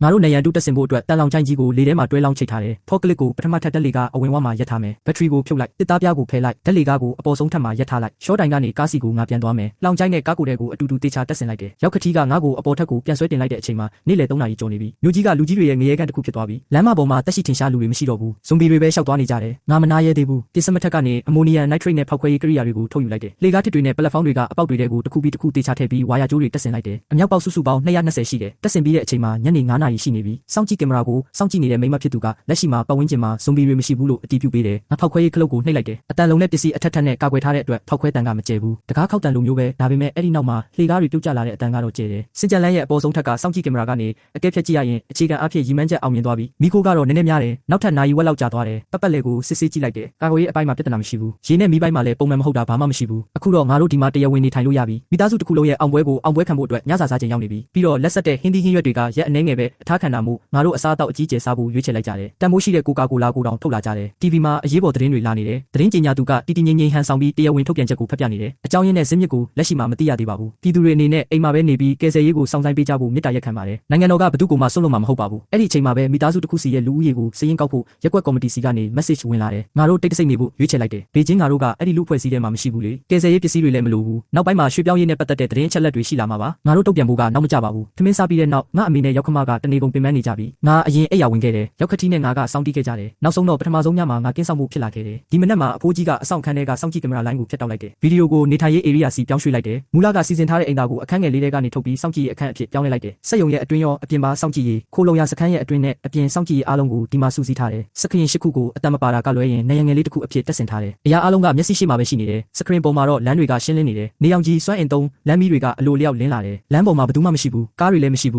အံ့ဩစရာတော့မဟုတ်ပါဘူးဒီနေရာကစက်မှုစုံရဲ့အစုံဖြားလုံးဝရောက်နေတာလေအနောက်ဘက်မှာကအဝတ်ထဲစက်ရုံရှိတယ်ဒီနေ့ရာသီဥတုကပူတယ်ဂျုံတွေကစောစောမှဲ့တယ်ရိတ်သိမ်းပြီး၆တွေ့နေတာကြာပြီအနည်းဆုံး Dumplex က3ကီလိုမီတာကွာဝေးတယ်အဲ့ဒါကအသစ်ဆောက်ထားတဲ့တောင်သူလယ်သမားနေရာချထားရေးအိမ်ယာပဲရှိသေးတယ်လွန်ခဲ့တဲ့ရက်အနည်းငယ်ကငါရှင်းကလိုင်းကနေလာခဲ့တယ်ဖဲချိုးဖြတ်ဖွင့်ပွဲအခမ်းအနားကိုဇွန်လ30ရက်နေ့မှာကျင်းပခဲ့တယ်လို့ငါကြားခဲ့တယ်ဒါပေမဲ့အခုအဲ့ဒီမှာနေတဲ့လူမရှိသေးဘူးပြီးတော့ဒီနေရာကိုယ်တိုင်ကပင်မလန်းမကြီးလည်းမဟုတ်ဘူးအဝေးပြေးလမ်းစုံတွေနားမှာလည်းမရှိဘူးခရိုင်နဲ့မြို့နယ်တွေရဲ့ပတ်ဝန်းကျင်မှာလည်းမရှိဘူးကူလူတွေလာကြတယ်အခုတော့ပိုတောင်နေသွားသေးတယ်သတင်းကြည့်ရင်းနဲ့စောင့်ကြည့်ကင်မရာကိုလည်းကြည့်နေတယ်အံ့ဩစရာမရှိပါဘူးသတင်းထဲမှာတော့ဘေးနားကပြည်နယ်မြို့တော်ကိုဗဟိုပြုထားတဲ့ virus ကွင်းဆက်ကအလျင်အမြန်ပြန့်နှံ့နေတယ်စစ်တပ်ကိုအလျင်အမြန်စီးရုံးထားပြီးအတွေ့အကြုံရှိတဲ့သူတွေအနေနဲ့အလျင်အမြန်ပြန့်နှံ့နေတဲ့ virus ကိုအနီးကပ်ရင်ဆိုင်နေရတယ်စစ်တပ်မှာလည်းကောင်းမွန်တဲ့ဖြည့်ရှင်းနေမရှိဘူးအနည်းဆုံးတော့အခုချိန်ထိစစ်တပ်ကပြည်သူတွေကိုပြစ်ခတ်ဖို့မလုပ်ရသေးဘူးမိုးလင်းတဲ့အထိအတူတူပဲခင်မလေးကတာဝန်လာလွှဲယူတယ်အတွေ့အကြုံဝတ်စုံနဲ့အတူတူပဲစောင့်ကြည့်ကင်မရာထဲမှာဘလူးဘဲကားမှမပေါ်လာဘူးငါအိပ်ယာဝင်ခဲ့တယ်တကယ်လို့အဲ့ဒါမှတ်မယ်ဆိုရင်10နာရီကျော်ပြီးဂိတ်တကားကိုစောင့်တဲ့အဖိုးကြီးရောက်လာလိမ့်မယ်ပြီးတော့သူ့လမ်းမှာကလေးစုံပြီးတကောင်နဲ့တွေ့လိမ့်မယ်ငါနည်းနည်းအတိုက်ခံလိုက်ရတယ်တန်းချံကိုရောက်တော့အလုတ်စင်းတဲ့အလုတ်သမားတွေနဲ့ငါတိုက်ဆိုင်သွားတွေ့တယ်စကားပြောနေရင်းနဲ့ငါကအလုတ်သမားတွေနဲ့ပူးပေါင်းပြီးသူတို့ကိုတပ်ပစ်လိုက်တယ်ငါမျိုးတဲကိုအမြန်ပြန်လာမဲ့အချိန်ကိုစောင့်ပါမျိုးက24နာရီကြာဆုံးပြီးတိုက်ခိုက်ခံရပြီးနောက်မှာပြည်တီနာတွေနဲ့ပြည့်နေနေပြီမဟုံးပလာဇာအနီးမှာငါအမေရဲ့အလောင်းကိုငါတွေ့လိုက်ရတယ်ငါရောက်ခတိရဲ့အိမ်သားကိုငါကတ်သွားလို့မရခဲ့ဘူးအိမ်ပြန်လမ်းမှာငါ PTT ရဲ့မြို့ပြဖြန့်ချီရေးကိုတောင်ထဲကိုစွန့်စားပြီးဝင်ခဲ့တယ်အစားအစာတချို့ကိုလူယူပြီးအိမ်ကိုအမြန်ပြန်ပြေးကမိမဖြစ်သူနဲ့ပြန်လည်ဆုံစည်းခဲ့တယ်နောက်ဆုံးတော့အစားအစာမရှိလို့အိမ်ကနေထွက်ရတဲ့အနေအကိုငါရင်ဆိုင်လိုက်ရတယ်ဖုန်းကို10နာရီမှနှိုးဆက်ပေးထားလိုက်တယ်ခေါင်းပေါ်ခေါင်းချပြီးအိတ်လိုက်တယ်ငါကရန်ကုန်ပါငါခိုလုံရစခန်းတစ်ခုကိုဝင်ရောက်ခွင့်ရခဲ့ပြီဒါပေမဲ့ကပေးကြီးကဘလို့အခြေအနေရောက်သွားပြီလဲဆိုတာကိုဘသူကငါ့ကိုပြောပြနိုင်မလဲငါ10နာရီမထိုးခင်နိုးလာတဲ့အိယာပေါ်မှာလှဲနေပြီးနှိုးဆက်မြည်တဲ့အထိဖုန်းကိုကြည့်နေလိုက်တယ်ထပ်ပြီးသွားတိုက်မျက်နှာတစ်တဲရေချွေတာဖို့အတွက်ပေါ့ငါတို့အားလုံးအိမ်မွေးတရိတ်ဆန်သုံးဖို့ဘေးကင်းတဲ့သွားတိုက်စေးကိုပြောင်းသုံးလိုက်ကြတယ်အဆင်ပြေမှုကတော့တကယ်ကိုအဆင်ပြေတယ်ဒါပေမဲ့အရသာကတော့ဖော်ပြရခက်တယ်အဲ့ခန်းစီကိုရှောက်သွားလိုက်တယ်ရောက်ခမကပေါင်းဖို့ထဲကနေထုတ်လာတယ်ငါအတွက်ခြံထားတဲ့ဘဲဥငံနဲ့အသားကျိတ်ဆန်ပြုံးနဲ့ချင်းဖက်ပေါ့ငါထိုင်လိုက်ပြီးနှာခေါင်းရှုံကစားလိုက်တယ်ဒါပေမဲ့ကြံနေတဲ့အစားအစာတွေနဲ့မိဖို့ကြောင့်အမိုက်တွေကိုငါတတိယသွားတယ်အကျွင်းအကြံတိမ်များများဆဆမရှိပါဘူးမနက်ပိုင်းစားတာနီးပါးကုန်သွားပြီးရောက်ခမကပြုံးလိုက်တယ်မိဖို့ကြောင့်အမိုက်ဆိုတာဟင်းရွက်ဖက်တွေလောက်ပဲရှိတာမဟုတ်ဘူးမနက်ကကြံတာတွေကိုခွေးကိုကျွေးလိုက်တယ်မင်းဝယ်လာတဲ့အစားအစာအမိုက်ချီဖြက်ဆက်ကို300လောက်မလိုဘူးခွေးလေးကပြောင်းစင်းနေအောင်စားလိုက်တာပဲခွေးမှာဒီလိုလှုပ်ဆောင်ချက်ရှိမယ်လို့ငါတကယ်ကိုမထင်ထားခဲ့ဘူးနောင်ကြရင်ခွေးစာကိုချွေတာလို့ရနိုင်မယ်ပုံပဲခွေးစာနည်းနည်းရှော့ကျွေးလို့ရမယ်ဘီစကွတ်အသေးလေးတွေကိုတော့မကျွေးတော့ဘူးငါသွားရိုက်ဖို့ခြံထားလိုက်ခင်မြို့ကခွေးကလုံးဝသတိမထားမိဘူးစံပြုတ်အချိန်ချက်ပြီးတဲ့နောက်ငါတလုံးလောက်စားမဲ့အချိန်ကိုစောင့်နေတယ်ပကံကိုပြောင်းစင်သွားအောင်ချစ်ဖို့ဆီလီကွန်ဇွန်းကိုတုံးလိုက်တယ်ပကံဆေးဆက်16စုံထဲကိုထည့်လိုက်တယ်တစ်ချက်ကြည့်လိုက်တယ်ဒါနဲ့မနေ့ကစားခဲ့တဲ့ကြီးကျယ်ခမ်းနားတဲ့ညစာလေးပကံဆေးဆက်ရဲ့တဝက်တောင်မပြည့်ဘူးအဆင်ပြေပါသေးတယ်စောင့်ကြည့်ရေးစခန်းစီကိုရှောက်သွားလိုက်တယ်တကားဝကအဖိုးကြီးပြန်လာတဲ့အချိန်နဲ့အတိအကျပဲလျှက်စစ်စပိန်ကိုစီးလာတယ်လက်တစ်ဖက်တည်းနဲ့စပိန်စီးလာတာနောက်လက်တစ်ဖက်ကတော့တခါတလေခါရမ်းနေတယ်အစိုးမှာအကိုက်ခံရတာဖြစ်ရမယ်အဖိုးကြီးတကားဝကနေဝင်လာတာကိုမြင်လိုက်ရတယ်မင်းရဲ့ကားကိုတော့ခတ်လိုက်အဆောင်အခန်းစီကိုရှောက်သွားလိုက်တကားကိုဖွင့်လိုက်အထဲဝင်ပြီးတကားကိုပိတ်လိုက်တယ်အဲယာကွန်းရဲ့အပြင်ဘက်ဆက်ကလည်းပတ်နေတယ်မိနစ်အနည်းငယ်ထက်ကြသွားတယ်အဆောင်အခန်းတကားကရုတ်တရက်ပွင့်လာတယ်အဖိုးကြီးကအဆောင်အခန်းထဲကနေရိုင်းတိရိုင်တိုင်းထွက်လာတယ်ခြေနှစ်လမ်းလောက်လှမ်းပြီးတဲ့နောက်မြေကြီးပေါ်လဲကျသွားတယ်ခဲမလေးကအရန်စိုးရိမ်နေတယ်ငါအင်ဂျီဆုံးကိုဆွဲထားတယ်သူတေသွားပြီလားငါဘေးကိုခြေနှဲငယ်ရွှေ့လိုက်တယ်ငါအင်ဂျီဆုံးကိုကဲတင်လိုက်တယ်တေတော့တေသွားပြီဒါပေမဲ့လုံးဝတော့မဟုတ်သေးဘူးငါစခရင်ကိုလက်ညှိုးထိုးပြလိုက်တယ်သူလှုပ်ရှားနေတာနင်းမြင်လားစခရင်ပေါ်ကအဖိုးကြီးကသူ့ပေါင်ကို2ချက်3ချက်လောက်ရိုက်လိုက်တယ်ရုတ်တရက်လှည့်လိုက်တယ်မြေကြီးပေါ်ကနေထားဖို့အတွက်တာမန်လူတွေလှုပ်ဖို့ခက်ခဲတဲ့ခါအောက်ပိုင်းလှုပ်ရှားမှုတစ်ခုရှိတယ်လိန်ကောက်ပြီးလမ်းပေါ်မှာတဖြည်းဖြည်းမတ်တက်ရက်လာတယ်စောင့်ကြည့်ကင်မရာကိုပိုနီးအောင်ဆွဲကြည့်လိုက်တယ်သူ့အရေးပြားတွေကယွန်စရာကောင်းလာတာကိုမြင်ရတယ်တွေးကြောတွေစီးဆင်းနေတဲ့နေရာကအပြာရောင်တန်းနဲ့အမဲရောင်ဖြစ်သွားတယ်ခဲမလေးကဇွန်ဘီရဲ့အပြုတ်မှုကိုစိတ်ဝင်စားနဲ့စောင့်ကြည့်နေတော့တယ်ရေဆိုးတူလောင်ကန်ကိုတွားကြည့်လိုက်တယ်အခုတော့10ရာခိုင်နှုန်းကျော်သွားပြီလီတာ120ဆန့်နဲ့ရေဆိုးကန်3ကန်ကလည်းပြည့်နေပြီပထမဆုံးအကြိမ်အညစ်အကြေးစွန့်ပစ်တဲ့အလုပ်ကိုလုပ်ဖို့ဆုံးဖြတ်လိုက်တယ်လို့မိသားစုကငါအတိပေးလိုက်တယ်ပထမဆုံးလုပ်ရမှာကအိမ်သားပဲမျက်နှာဖုံးတက်ထားပါရေဆိုးကန်အမဲကိုဆွဲယူလာခဲ့ရေဆိုးထွက်ပေါက်ကိုဖောက်ထွက်ခံရတာမျိုးမဖြစ်အောင်ကာကွယ်ဖို့အတွက်ပေါ့ပိုက်တွေထဲမှာရေခံလွှာ3လွှာတက်ဆင်ထားတဲ့အပြင်ဆွဲငင်အားသုံးအဆုရှင်2ခုနဲ့စက်မှုဂိတ်တကားတစ်ခုကိုလည်းတက်ဆင်ထားတယ်ထွက်ပေါက်မှာ9မီလီမီတာတမဏိပြားနဲ့3လွှာပါတဲ့အဖုံးတစ်ခုလုပ်ထားတယ်အလဲမှာဝင်ခံနိုင်ပြီးတုံခါမှုဆုပ်ယူနိုင်တဲ့ရော်ဘာပြားနဲ့အခန်းကန့်လုပ်ထားတယ်ရေဆိုးကန်အမဲကနေအညစ်အကြေးတွေကိုစွန့်ပစ်တဲ့အခါအဆိုင်ခဲပြုတ်ကွဲမှုနဲ့အနံ့အသက်တွေကိုငါတိတိကျကျကြည့်လိုက်တယ်ဘာလို့လဲဆိုတော့ပထမတုပ်အနေနဲ့ရေဆိုးကန်3ကန်တဲ့ကိုချိဖြက်ဆေးနဲ့အနံ့ပြောက်ဆေးတွေကိုအတီးတီးနှစ်ဆတစ်ဆခွဲနဲ့နှစ်ဆခွဲအချိုးတွေတိုင်းထည့်ထားလို့ပဲရေဆိုးကန်3ကန်ရဲ့အခြေအနေကိုနှိုင်းယှဉ်ကြည့်ခြင်းအဖြစ်ကျန်တဲ့ကန်တွေကိုတစ်ဆခွဲအချိုးနဲ့ပဲပို့ဆောင်ဖို့ဆုံးဖြတ်လိုက်တယ်ပြီးတော့ရေဆိုးကန်တွေမှာရေတိုးလောင်ကန်2ကန်ရှိတယ်2ကန်စလုံးက9တန်ဆန်တယ်ခရမ်းလွန်အိုဇုံပိုးသက်ကိရိယာတွေကိုလည်းတက်ဆင်ထားတယ်တကန်ကိုရေတိုင်ကြီးအဖြစ်ဒါမှမဟုတ်စုပ်တင်လိုက်တဲ့ရေတွင်းရေကိုထည့်ဖို့သုံးတယ်အိုးကိုနေတိုင်းအပြည့်ထားပါတန်တွေနဲ့ပြောရရင်တန်ကိုတန်စုပ်တင်ဖို့သုံးတယ်အလှည့်ကျအသစ်ဖြစ်တင်မှုတွေပေါ့နောက်တကန်ကတော့ရေဆိုးကန်ဖြစ်သုံးတယ်ကန်ရဲ့အောက်ဘက်ရာခိုင်နှုန်း30ကိုအနေထိုင်တဲ့နေရာဖြစ်သုံးတယ်ရေဆိုးစွန့်ပစ်ဖို့သုံးတဲ့ကန်ရဲ့ရာခိုင်နှုန်း10နဲ့50နေရာတွေမှာအပေါက်ဖောက်ထားတယ်ရေဆိုးကန်ကနေထွက်လာတဲ့ရေဆိုးကတူလောင်ထားရုံတက်မဟုတ်ဘူးရေဆိုးပိုက်တွေကိုဆေးကြောဖို့လည်းသုံးတယ်အညစ်အကြေးတွေကိုဆေးချဖို့ရေဆိုးကီလိုဂရမ်100ကိုသုံးလိုက်တယ်ပိုက်တွေကိုဆေးကြောဖို့နောက်ထပ်ရေတန့်10ကီလိုဂရမ်ကိုထပ်ထည့်လိုက်တယ်ဒီအရာတွေအားလုံးကိုလုပ်ပြီးတဲ့နောက်ရေဆိုးပိုက်ကိုပြန်ပိတ်လိုက်တယ်ဆေးကြောပိုးတက်ပြီးတဲ့နောက်နေထိုင်ရေး area စီကိုပြန်သွားခဲ့တယ်ခဲမလေးကအထီးကျန်နေတဲ့ဇွန်ဘီကိုလက်ညှိုးထိုးပြပြီးပြောတယ်အမြင်အာရုံမရှိတော့ဘူးဒါပေမဲ့အလင်းရောင်ကိုခံစားနိုင်တယ်သူတို့ကနေရောင်ကိုမကြိုက်ဘူးအရေးထဲ ထဲမှာပုံနေလိမ့်မယ်အတန်ကိုအရန်တုတ်ပြန်လွယ်တယ်အတန်လာရလမ်းကြောင်းကိုတိတိကျကျခြေရခံနိုင်တယ်သူတို့ရဲ့လှုပ်ရှားမှုတွေကမတွက်လက်ဘူးဒါပေမဲ့အပူချိန်ရဲ့တက်ရောက်မှုအများကြီးခံရတယ်အပူချိန်မြင့်ရင်လှုပ်ရှားမှုတွက်လက်တယ်အပူချိန်နှိပ်လေပိုဆိုးလေပဲအနက်ခံနိုင်စွမ်းကိုတော့လောလောဆယ်မမြင်ရသေးဘူးငါခေါင်းညိတ်လိုက်တယ်ငါမှတ်မိတာနဲ့တိတ်မကွာပါဘူးဒီနေ့အင်တာနက်မှာအကူအညီတောင်းတဲ့ message တွေနဲ့ပြည့်နေတယ်တစ်ဖက်မှာလည်းအစိုးရရဲ့ message တွေကလူတိုင်းကိုဆက်ပြီးတောင်းခံထားဖို့တိုက်တွန်းနေတယ်ကယ်ဆယ်ရေးကိုစောင့်ရင်အပြင်ထွက်ခဲ့ကြတယ်နောက်တစ်ဖက်မှာလည်းယောဂကူးစက်ခံရသူတွေကိုပြစ်ခတ်နိုင်ဖို့စစ်တပ်ကိုအာဏာအပ်နှင်းထားတယ်တရားဝင်ထုတ်ပြန်ချက်အရစစ်တပ်ကဘေးကင်းရေးစုံတွေကိုအရင်တိစောက်မယ်ပြီးရင်ပတ်ဝန်းကျင်ကိုတဖြည်းဖြည်းရှင်းလင်းပြီးဘေးကင်းရေးစုံကိုတိုးချဲ့မယ်လူနေတိတ်တိမှုနေပါတဲ့အတွက်ကနအူးလုံခြုံရေးစုံတွေကိုမြို့ငယ်လေးတွေနဲ့ရွာတွေမှာတိစောက်မယ်ယောဂကူးစက်ခံရသူနေပါတဲ့နေရာတွေမှာကာကွယ်ရေးစနစ်တစ်ခုတိစောက်နိုင်တယ်ငါရက်ကွက်အုပ်စုကိုကြည့်လိုက်တယ်အသက်ရှင်ကျန်ရစ်သူအများပြားရှိပေမဲ့သူတို့တွေကအများစုကပစ္စည်းတွေမတိုးလောင်ထားကြဘူးတချို့လူတွေကအစားအစာဖလှယ်ဖို့စတင်စူးစမ်းနေကြပြီငါနည်းနည်းနောင်တရမိတယ်အပြင်လောကကိုစောင့်ကြည့်ဖို့အိမ်မှာဘာလို့စောင့်ကြည့်ကင်မရာမတက်ခဲ့မိပါလဲအပြင်မှာဘာတွေဖြစ်နေလဲဆိုတာကိုစောင့်ကြည့်ရတာကောင်းပါတယ်အခုတော့ငါတို့ဘာမှလုပ်လို့မရတော့ဘူးကက်ယောဂစတင်ဖြစ်ပွားတဲ့ပစ္စမမြောက်နေ့ခိုလုံရစခန်းပတ်ဝန်းကျင် area ကအရင်တိုင်းပဲတိတ်ဆိတ်ရှင်းလင်းပြီးလူသူကင်းမဲ့နေတယ်အဲ့ဒီဇွန်ဘီတကောင်နဲ့ပဲဟိုဟိုတီတီရှောက်သွားနေတာပြောရရင်ရေးစရာပဲဇွန်ဘီကခေါင်းငုံပြီးခါကိုင်းမှုဆန္ဒမရှိတဲ့ပုံပဲအဖိုးကြီးကဇွန်ဘီမဖြစ်ခင်စက်ယုံရဲ့ရှော့တကားကိုပိတ်လိုက်တာဒါပေမဲ့လူသွားလန်းကတဝက်ပွင့်နေတယ်အမြင့်ကသူ့ထက်ခေါင်းတစ်လုံးစာလောက်ပဲနေတာဒါပေမဲ့သူကခေါင်းငုံပြီးမထွက်ချင်ဘူးဖြစ်နေတာတခါသွားရင်အချိန်နှဲငယ်လောက်ခေါင်းဆောင်မိတယ်နောက်လှည့်ပြီးထွက်သွားတယ်အင်တာနက်မှာအပြတ်သဘောဆောင်တဲ့စိတ်ခံစားမှုတွေစတင်ပြန့်နှံ့လာတယ်တချို့ပစ္စည်းတွေကထပ်ပြီးလှိုင်းတွေထနေပြန်ပြီးပြည်ပမှာဘာမှမရှိဘူးလို့ဖန်တီးပြောဆိုကြတယ်အဲ့ဒီလိုမျိုးအေဂျင့်ဘီကောင်းမွန်တဲ့အရာတွေအားလုံးပေါ့ပြည်ပမှာရှိတဲ့နိုင်ငံသားတွေကပွဲချင်းပြီးရောက်နေတယ်ပါဇက်ပိတ်သွားအောင်ဓာတ်ပုံတွေနဲ့ဗီဒီယိုတွေထုတ်ပြန်လိုက်ကြတယ်အပြင်မထွက်ဖို့တိတ်တဆိတ်နေဖို့နဲ့ကယ်ဆယ်ရေးကိုစောင့်ဖို့အကြိမ်ကြိမ်အလေးပေးပြောဆိုနေတဲ့အပြင်ပထမဆုံးလုံခြုံရေးစုံကိုလည်းပထမဆုံးဘေးကင်းရေးစုံတိစောက်မှုစီကိုပို့လွှတ်လိုက်ပြီးချီးကျူးမှုတွေနဲ့မျှော်လင့်ချက်တွေကိုဆွဲဆောင်နေတယ်ရင်ကောင်းတွေခွေးတွေလည်းပြေးလာကြတယ်မှတ်ချက်ပေးတဲ့နေရာမှာအသက်ဝင်လှုပ်ရှားမှုတွေနဲ့ပြည့်နှက်နေပြီးအရာအားလုံးကရှင်ပြိုင်နေကြတယ်လာပြီးကားတစ်စီးရှိတယ်နှစ်ချက်ထဲကနေမိမဖြစ်သူကငါ့ကိုခေါ်လိုက်တယ်ငါတို့တာဝန်ကရောက်ခတ်တီးနဲ့အတူညဆိုင်တာဝန်ကြတာငါမိမနဲ့ခင်မလေးကနေဆိုင်အလုပ်လုပ်ကြတယ်နေဆိုင်ကမနက်6နာရီကနေည8နာရီအထိတနာရီတစ်ချိန်လဲပတ်တယ်ညဆိုင်က9နာရီတစ်ချိန်ငါမိမကအခုနေဆိုင်ရဲ့နောက်ဆုံးအလှည့်မှာတာဝန်ကြနေတာတာဝန်ကြတဲ့အခါငါစောင့်ကြည့်ရေးအခန်းထဲကိုဝင်သွားတယ်စခရင်ပေါ်မှာတွေ့လိုက်ရတယ်အဖြူရောင် SUV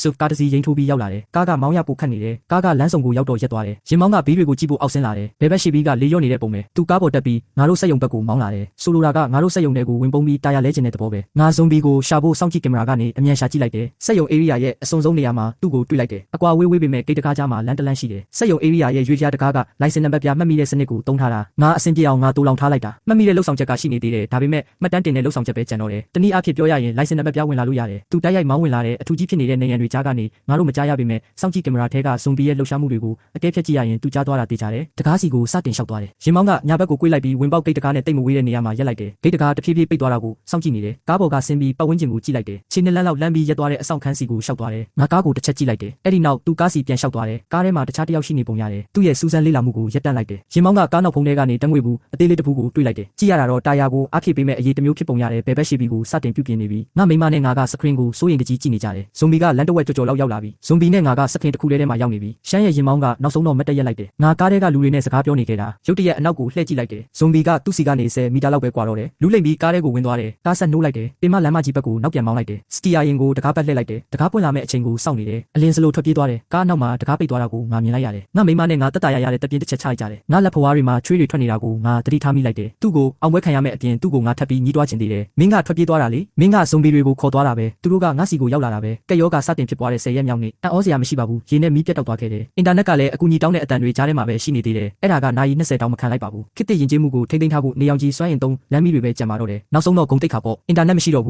ူးငါတို့လည်းသတင်းအချက်လက်တော်လိုင်းရေးထဲမှာပိတ်မိနေကြပြီအရင်ကတင်ထားတဲ့ TV ကိုပဲကြည့်လို့ရတော့တယ်ရုပ်ရှင်တွေကပဲအသက်ဝင်နေတော့တယ်နိုင်ငံခြားဆက်သွယ်မှုတွေတိတ်ဆိတ်သွားတယ်အဲ့ဒါကငါတို့ကိုလည်းတိတ်ဆိတ်သွားစေတယ်လူတိုင်းစိတ်ပိုင်းဆိုင်ရာပြဿနာတွေမဖြစ်အောင်ရှောင်ရှားဖို့အတွက်ခဲမလေးကဥဆောင်ပြီးလေ့ကျင့်ခန်းစလုပ်ဖို့စေတနာဝန်ထမ်းအဖြစ်တောင်းယူခဲ့တယ်ငါတို့လည်းအဲ့ဒါကိုလုပ်ခဲ့ကြတယ် TV ကြည့်မဲ့အချိန်ကိုကန့်သက်ဖို့အတွင်းပိုင်းစီမံခန့်ခွဲမှုလိုအပ်ချက်တွေလုပ်ခဲ့တယ်ဒါပေမဲ့အံ့ဩစရာကောင်းတာကအဖိုးကြီးက microwave antenna တစ်ခုကိုတကယ်လုံနိုင်ခဲ့တာပဲလိုင်းမကောင်းပေမဲ့အနည်းဆုံးတော့ TV လိုင်းတချို့ကိုဖမ်းမိနိုင်တယ်နိုင်ငံတော်ကပြည်သူတွေစီပေးစာကိုအကြိမ်ကြိမ်ထုတ်လွှင့်နေတယ်ပြည်နယ်ရုပ်သံလိုင်းကတော့အရေးပေါ်အသိပေးချက်ပုံသေးစက်ခရင်ပဲဖြစ်နေတယ်ပြည်နယ်ထဲမှာလိုင်းမရှိဘူးဘေးနားကပြည်နယ်ရဲ့ပြည်နယ်ရုပ်သံလိုင်းပေါ့မြို့တော်ရုပ်သံလိုင်းမှာတော့အစီအစဉ်တချို့ထုတ်လွှင့်နေတယ်ဘေးနားကပြည်နယ်မှာတက်ဆွဲထားတဲ့စစ်တပ်တွေပုံများတဲ့ထိန်းချုပ်မှုပိုကောင်းတယ်ပြီးတော့ဘေးနားကပြည်နယ်ကစက်မှုလုပ်ငန်းအားကောင်းတဲ့ပြည်နယ်တစ်ခုလို့ငါထင်တယ်စက်မှုစွမ်းဆောင်ရည်နဲ့အခြေခံအဆောက်အအုံတွေကလည်းပိုကောင်းတယ်လျှက်စစ်မီထောက်ပံ့မှုကလည်းငါတို့ထက်ပိုကောင်းတယ်ပြီးတော့ငါတို့ရဲ့ဘဝတွေကလည်းပထမဆုံးအခက်အခဲကာလတွေကိုဝင်ရောက်လာခဲ့ပြီးဒီနေရာကအခက်အခဲကနေ့စဉ်သုံးပစ္စည်းတွေဒါမှမဟုတ်အမိုက်စွပ်ပြည့်ပြဿနာမဟုတ်ဘူးအဲ့ဒီအစားငါတို့ရဲ့လက်ဆက်တဲ့ဟင်းသီးဟင်းရွက်တွေနဲ့လက်ဆက်တဲ့အသားတွေကိုငါတို့စားလို့ကုန်သွားပြီငါတို့လူငယ်3ယောက်ကတော့အဆင်ပြေပေမဲ့လူကြီး3ယောက်ကတော့နည်းနည်းအသားမကျဖြစ်နေကြတယ်ငါကကီလိုဂရမ်200ထက်မကတဲ့ FD ရေခဲနဲ့အချောက်ခံထားတဲ့ဟင်းသီးဟင်းရွက်အမျိုးအစား14မျိုးကိုပြင်ဆင်ထားခဲ့ပေမဲ့ပေါ့ဒါပေမဲ့ရေပြန်စိန်ထားတဲ့ဟင်းသီးဟင်းရွက်တွေကလက်ဆက်တဲ့ဟင်းသီးဟင်းရွက်တွေရဲ့အရသာမျိုးမရှိဘူးလေအေးခဲအသားတွေမှာလည်းဒီပြဿနာရှိနေတယ်တကြီးရွယ်အို3ယောက်ရဲ့ကတွင်တွေးမှုကတိတိတတ်တာကျဆင်းသွားတယ်ကက်ယောဂစတင်ဖြစ်ပွားပြီးရက်ပေါင်း40အကြာမှာပြည်နယ်ရုပ်သံလိုင်းမှာပထမဆုံးအကြိမ်အနေနဲ့သတင်းကြေညာသူတယောက်ပေါ်လာခဲ့တယ်ရုပ်ထွက်ကိုကြည့်ရတာအလင်းစလိုစောက်လုပ်ထားတဲ့ရုပ်သံထုတ်လွှင့်ရေးအခန်းတစ်ခန်းထဲမှာဖြစ်ပုံရတယ်ရုပ်ထွက်ရဲ့နောက်ခံကက်လန့်ကာတွေကတိတ်မတည်ငြိမ်ဘူးသတင်းကောင်းကတော့ပြည်နယ်ကသူ့ရဲ့ပထမဆုံးဘေးကင်းရေးစုံကို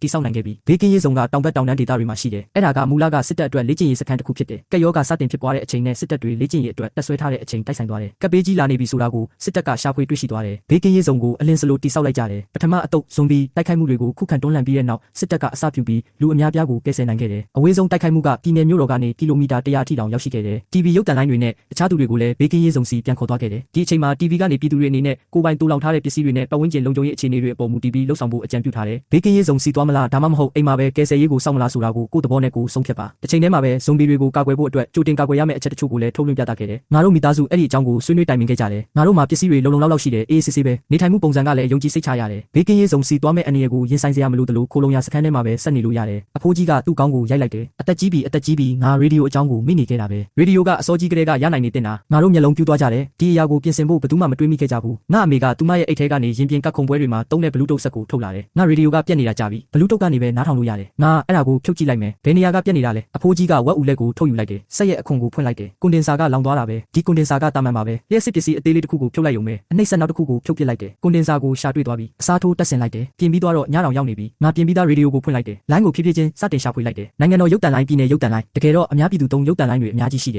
တေချာတာပေါ့ဘေးကင်းရေးဆောင်ရှိတဲ့နေရာတွေနဲ့အကြောင်းအရာတွေကဆင်တူတယ်လူတိုင်းကကိုယ့်အခြေအနေနဲ့ကိုယ်သွားကြတာပဲအဖိုးကြီးရဲ့ပြင်ဆင်မှုရလက်ကအံ့ဩစရာကောင်းလောက်အောင်ကောင်းမွန်တယ်တာမန်ရေဒီယိုလိုင်းတွေကိုဖမ်းမိုံတာမကဘူးဒေတာခံစစ်လေစိတ်တစ်ခုကနေတေကန်ဘီကွန်အချက်ပြမှုတစ်ခုကိုတကယ်ဖမ်းမိခဲ့တယ်စိတ်ကူးပေါက်တာနဲ့ငါဖုန်းထဲကနေလှန်လောကြည့်လိုက်တယ်မင်းကြုံတွေ့ရမယ့်မြောက်ပိုင်းကရေဒီယိုလိုင်းတစ်ခုကိုရှာတွေ့ခဲ့တယ်အတန်ဖိုင် DB ရဲ့ channel လေးနားထောင်ကြည့်လိုက်တယ်ဇွန်ဘီအများကြီးရဲ့အတန်တွေရုတ်တရက်ထွက်လာလို့ငါလန့်သွားတယ်ရေဒီယိုထဲကအတန်ကစိတ်တက်ကြစရာကောင်းပြီးထိတ်လန့်နေတယ်ဒီရေလိုင်းတစ်ခုလိုပဲဇွန်ဘီတွေအများများလုံးတယ်အဆုံးကိုလုံးဝမမြင်ရဘူးမြောက်ဘက်ကနေလာနေကြတာအလောင်းကောင်လှိုင်းကြီးပဲမြောက်ဘက်ကနေလာနေတဲ့အလောင်းကောင်လှိုင်းကြီးပဲသူကမြောက်ဘက်ကီလိုမီတာ300ကျော်ဝေးတဲ့နေရာတစ်ခုကနေလာတာလို့ငါမှတ်မိတယ်အဲ့ဒါကသူ့ထက်ပိုပြီးမြောက်ဘက်ကျသေးတယ်အဲ့ဒါကနိုင်ငံခြားကနေလာတာမဟုတ်ဘူးခင်မလေးကရောက်လာတယ်ဇွန်ဘီတွေကအပူချိန်နေတဲ့ခါလှုပ်ရှားမှုအားနေတယ်တောင်ဘက်ကိုရွှေ့ပြောင်းလာတာကဇွန်ဘီတွေမှာအစင်းနှိမ့်ဇီဝဗေဒလက္ခဏာတွေရှိတယ်ဆိုတာကိုညွှန်ပြနေတယ်ဇီဝဗေဒလက္ခဏာတွေပေါ့ဇွန်ဘီတွေမှာမျိုးပွားနိုင်တဲ့စွမ်းရည်ရှိနေသေးတာများလားငါမိမကသူမရဲ့အံ့ဩစရာအုံနောက်ကိုထပ်ပြလိုက်ပြန်ပြီငါအဲ့ဒီအကြောင်းကိုစဉ်းစားကြည့်လိုက်တယ်ငါမိမကိုအခန်းထဲပြန်ဆွဲခေါ်သွားလိုက်တယ်လိလာရေးပစ္စည်းတွေထဲကနေတစ်ခုကိုရှာကြည့်လိုက်တယ်ငါမိမရဲ့မျက်နှာကစိမ့်ဖက်သွားတယ်ငါလည်းနည်းနည်းအန်ဂျင်တလို့ခံစားလိုက်ရတယ်အဲ့ခန်းစီပြန်လာခဲ့တယ်ခဲမလေးကငါတို့ကိုစာရွက်တရွက်ပြတယ်အောက်ထက်ကဇွန်ဘီရဲ့လှုပ်ရှားမှုအမြန်နှုန်းအရဆိုရင်မီတာ200ကို3မိနစ်ကြာအောင်ရှောက်တယ်တနာရီကိုကီလိုမီတာ4ကီလိုမီတာလောက်ဆိုတာနေကင်းဘက်နေအောင်ရှိလို့လူတွေရဲ့အမြန်နှုန်းထက်အနည်းငယ်နေတယ်သူတို့ကနေအောင်ကိုကြောက်ကြတယ်သူတို့ကတရက်ကိုနာရီ80လောက်လမ်းလျှောက်ကြလိမ့်မယ်ကီလိုမီတာ1300ကိုလမ်းလျှောက်ဖို့ရက်ပေါင်း40လောက်ကြာတယ်လမ်းကမြို့ကိုဖြတ်ပြီးမြို့ထဲကနေတွားရမယ်မြစ်တွေနဲ့မြောင်းတွေကိုဖြတ်ကျော်ရမယ်ဆိုတာကိုထည့်စဉ်းစားရင်ပေါ့နေအောင်ကိုရှောင်ပုံဖို့နေရာရှာတာလည်းရှိသေးတယ်အစမ်းကာလာတုန်းကဇွန်ဘီတွေကိုမတွေ့ခဲ့တာအံ့ဩစရာတော့မဟုတ်ပါဘူးပြီးခဲ့တဲ့နေ့ကမိုးအရမ်းရွာခဲ့တယ်လျှက်စစ်ထုတ်မှန်ကိုရေးဆေးပြီး6တွေ့အောင်လုပ်လိုက်တယ်ဒီရက်ပိုင်းလျှက်စစ်ထုတ်လုပ်မှုကအရမ်းများနေတဲ့တရက်ကို80ဒီဂရီထက်မကထုတ်လုပ်နိုင်တယ်ဒါအပြင်တစ်လလုံးအတန်ပေါက်ကြားတာမျိုးလည်းမရှိခဲ့ဘူးငါတို့အတန်ပမာဏကန့်သက်ချက်တွေကိုလည်းဖြေလျှော့ပေးလိုက်ပြီးပုံမှန်အခြေအနေကိုပြန်ရောက်သွားပြီ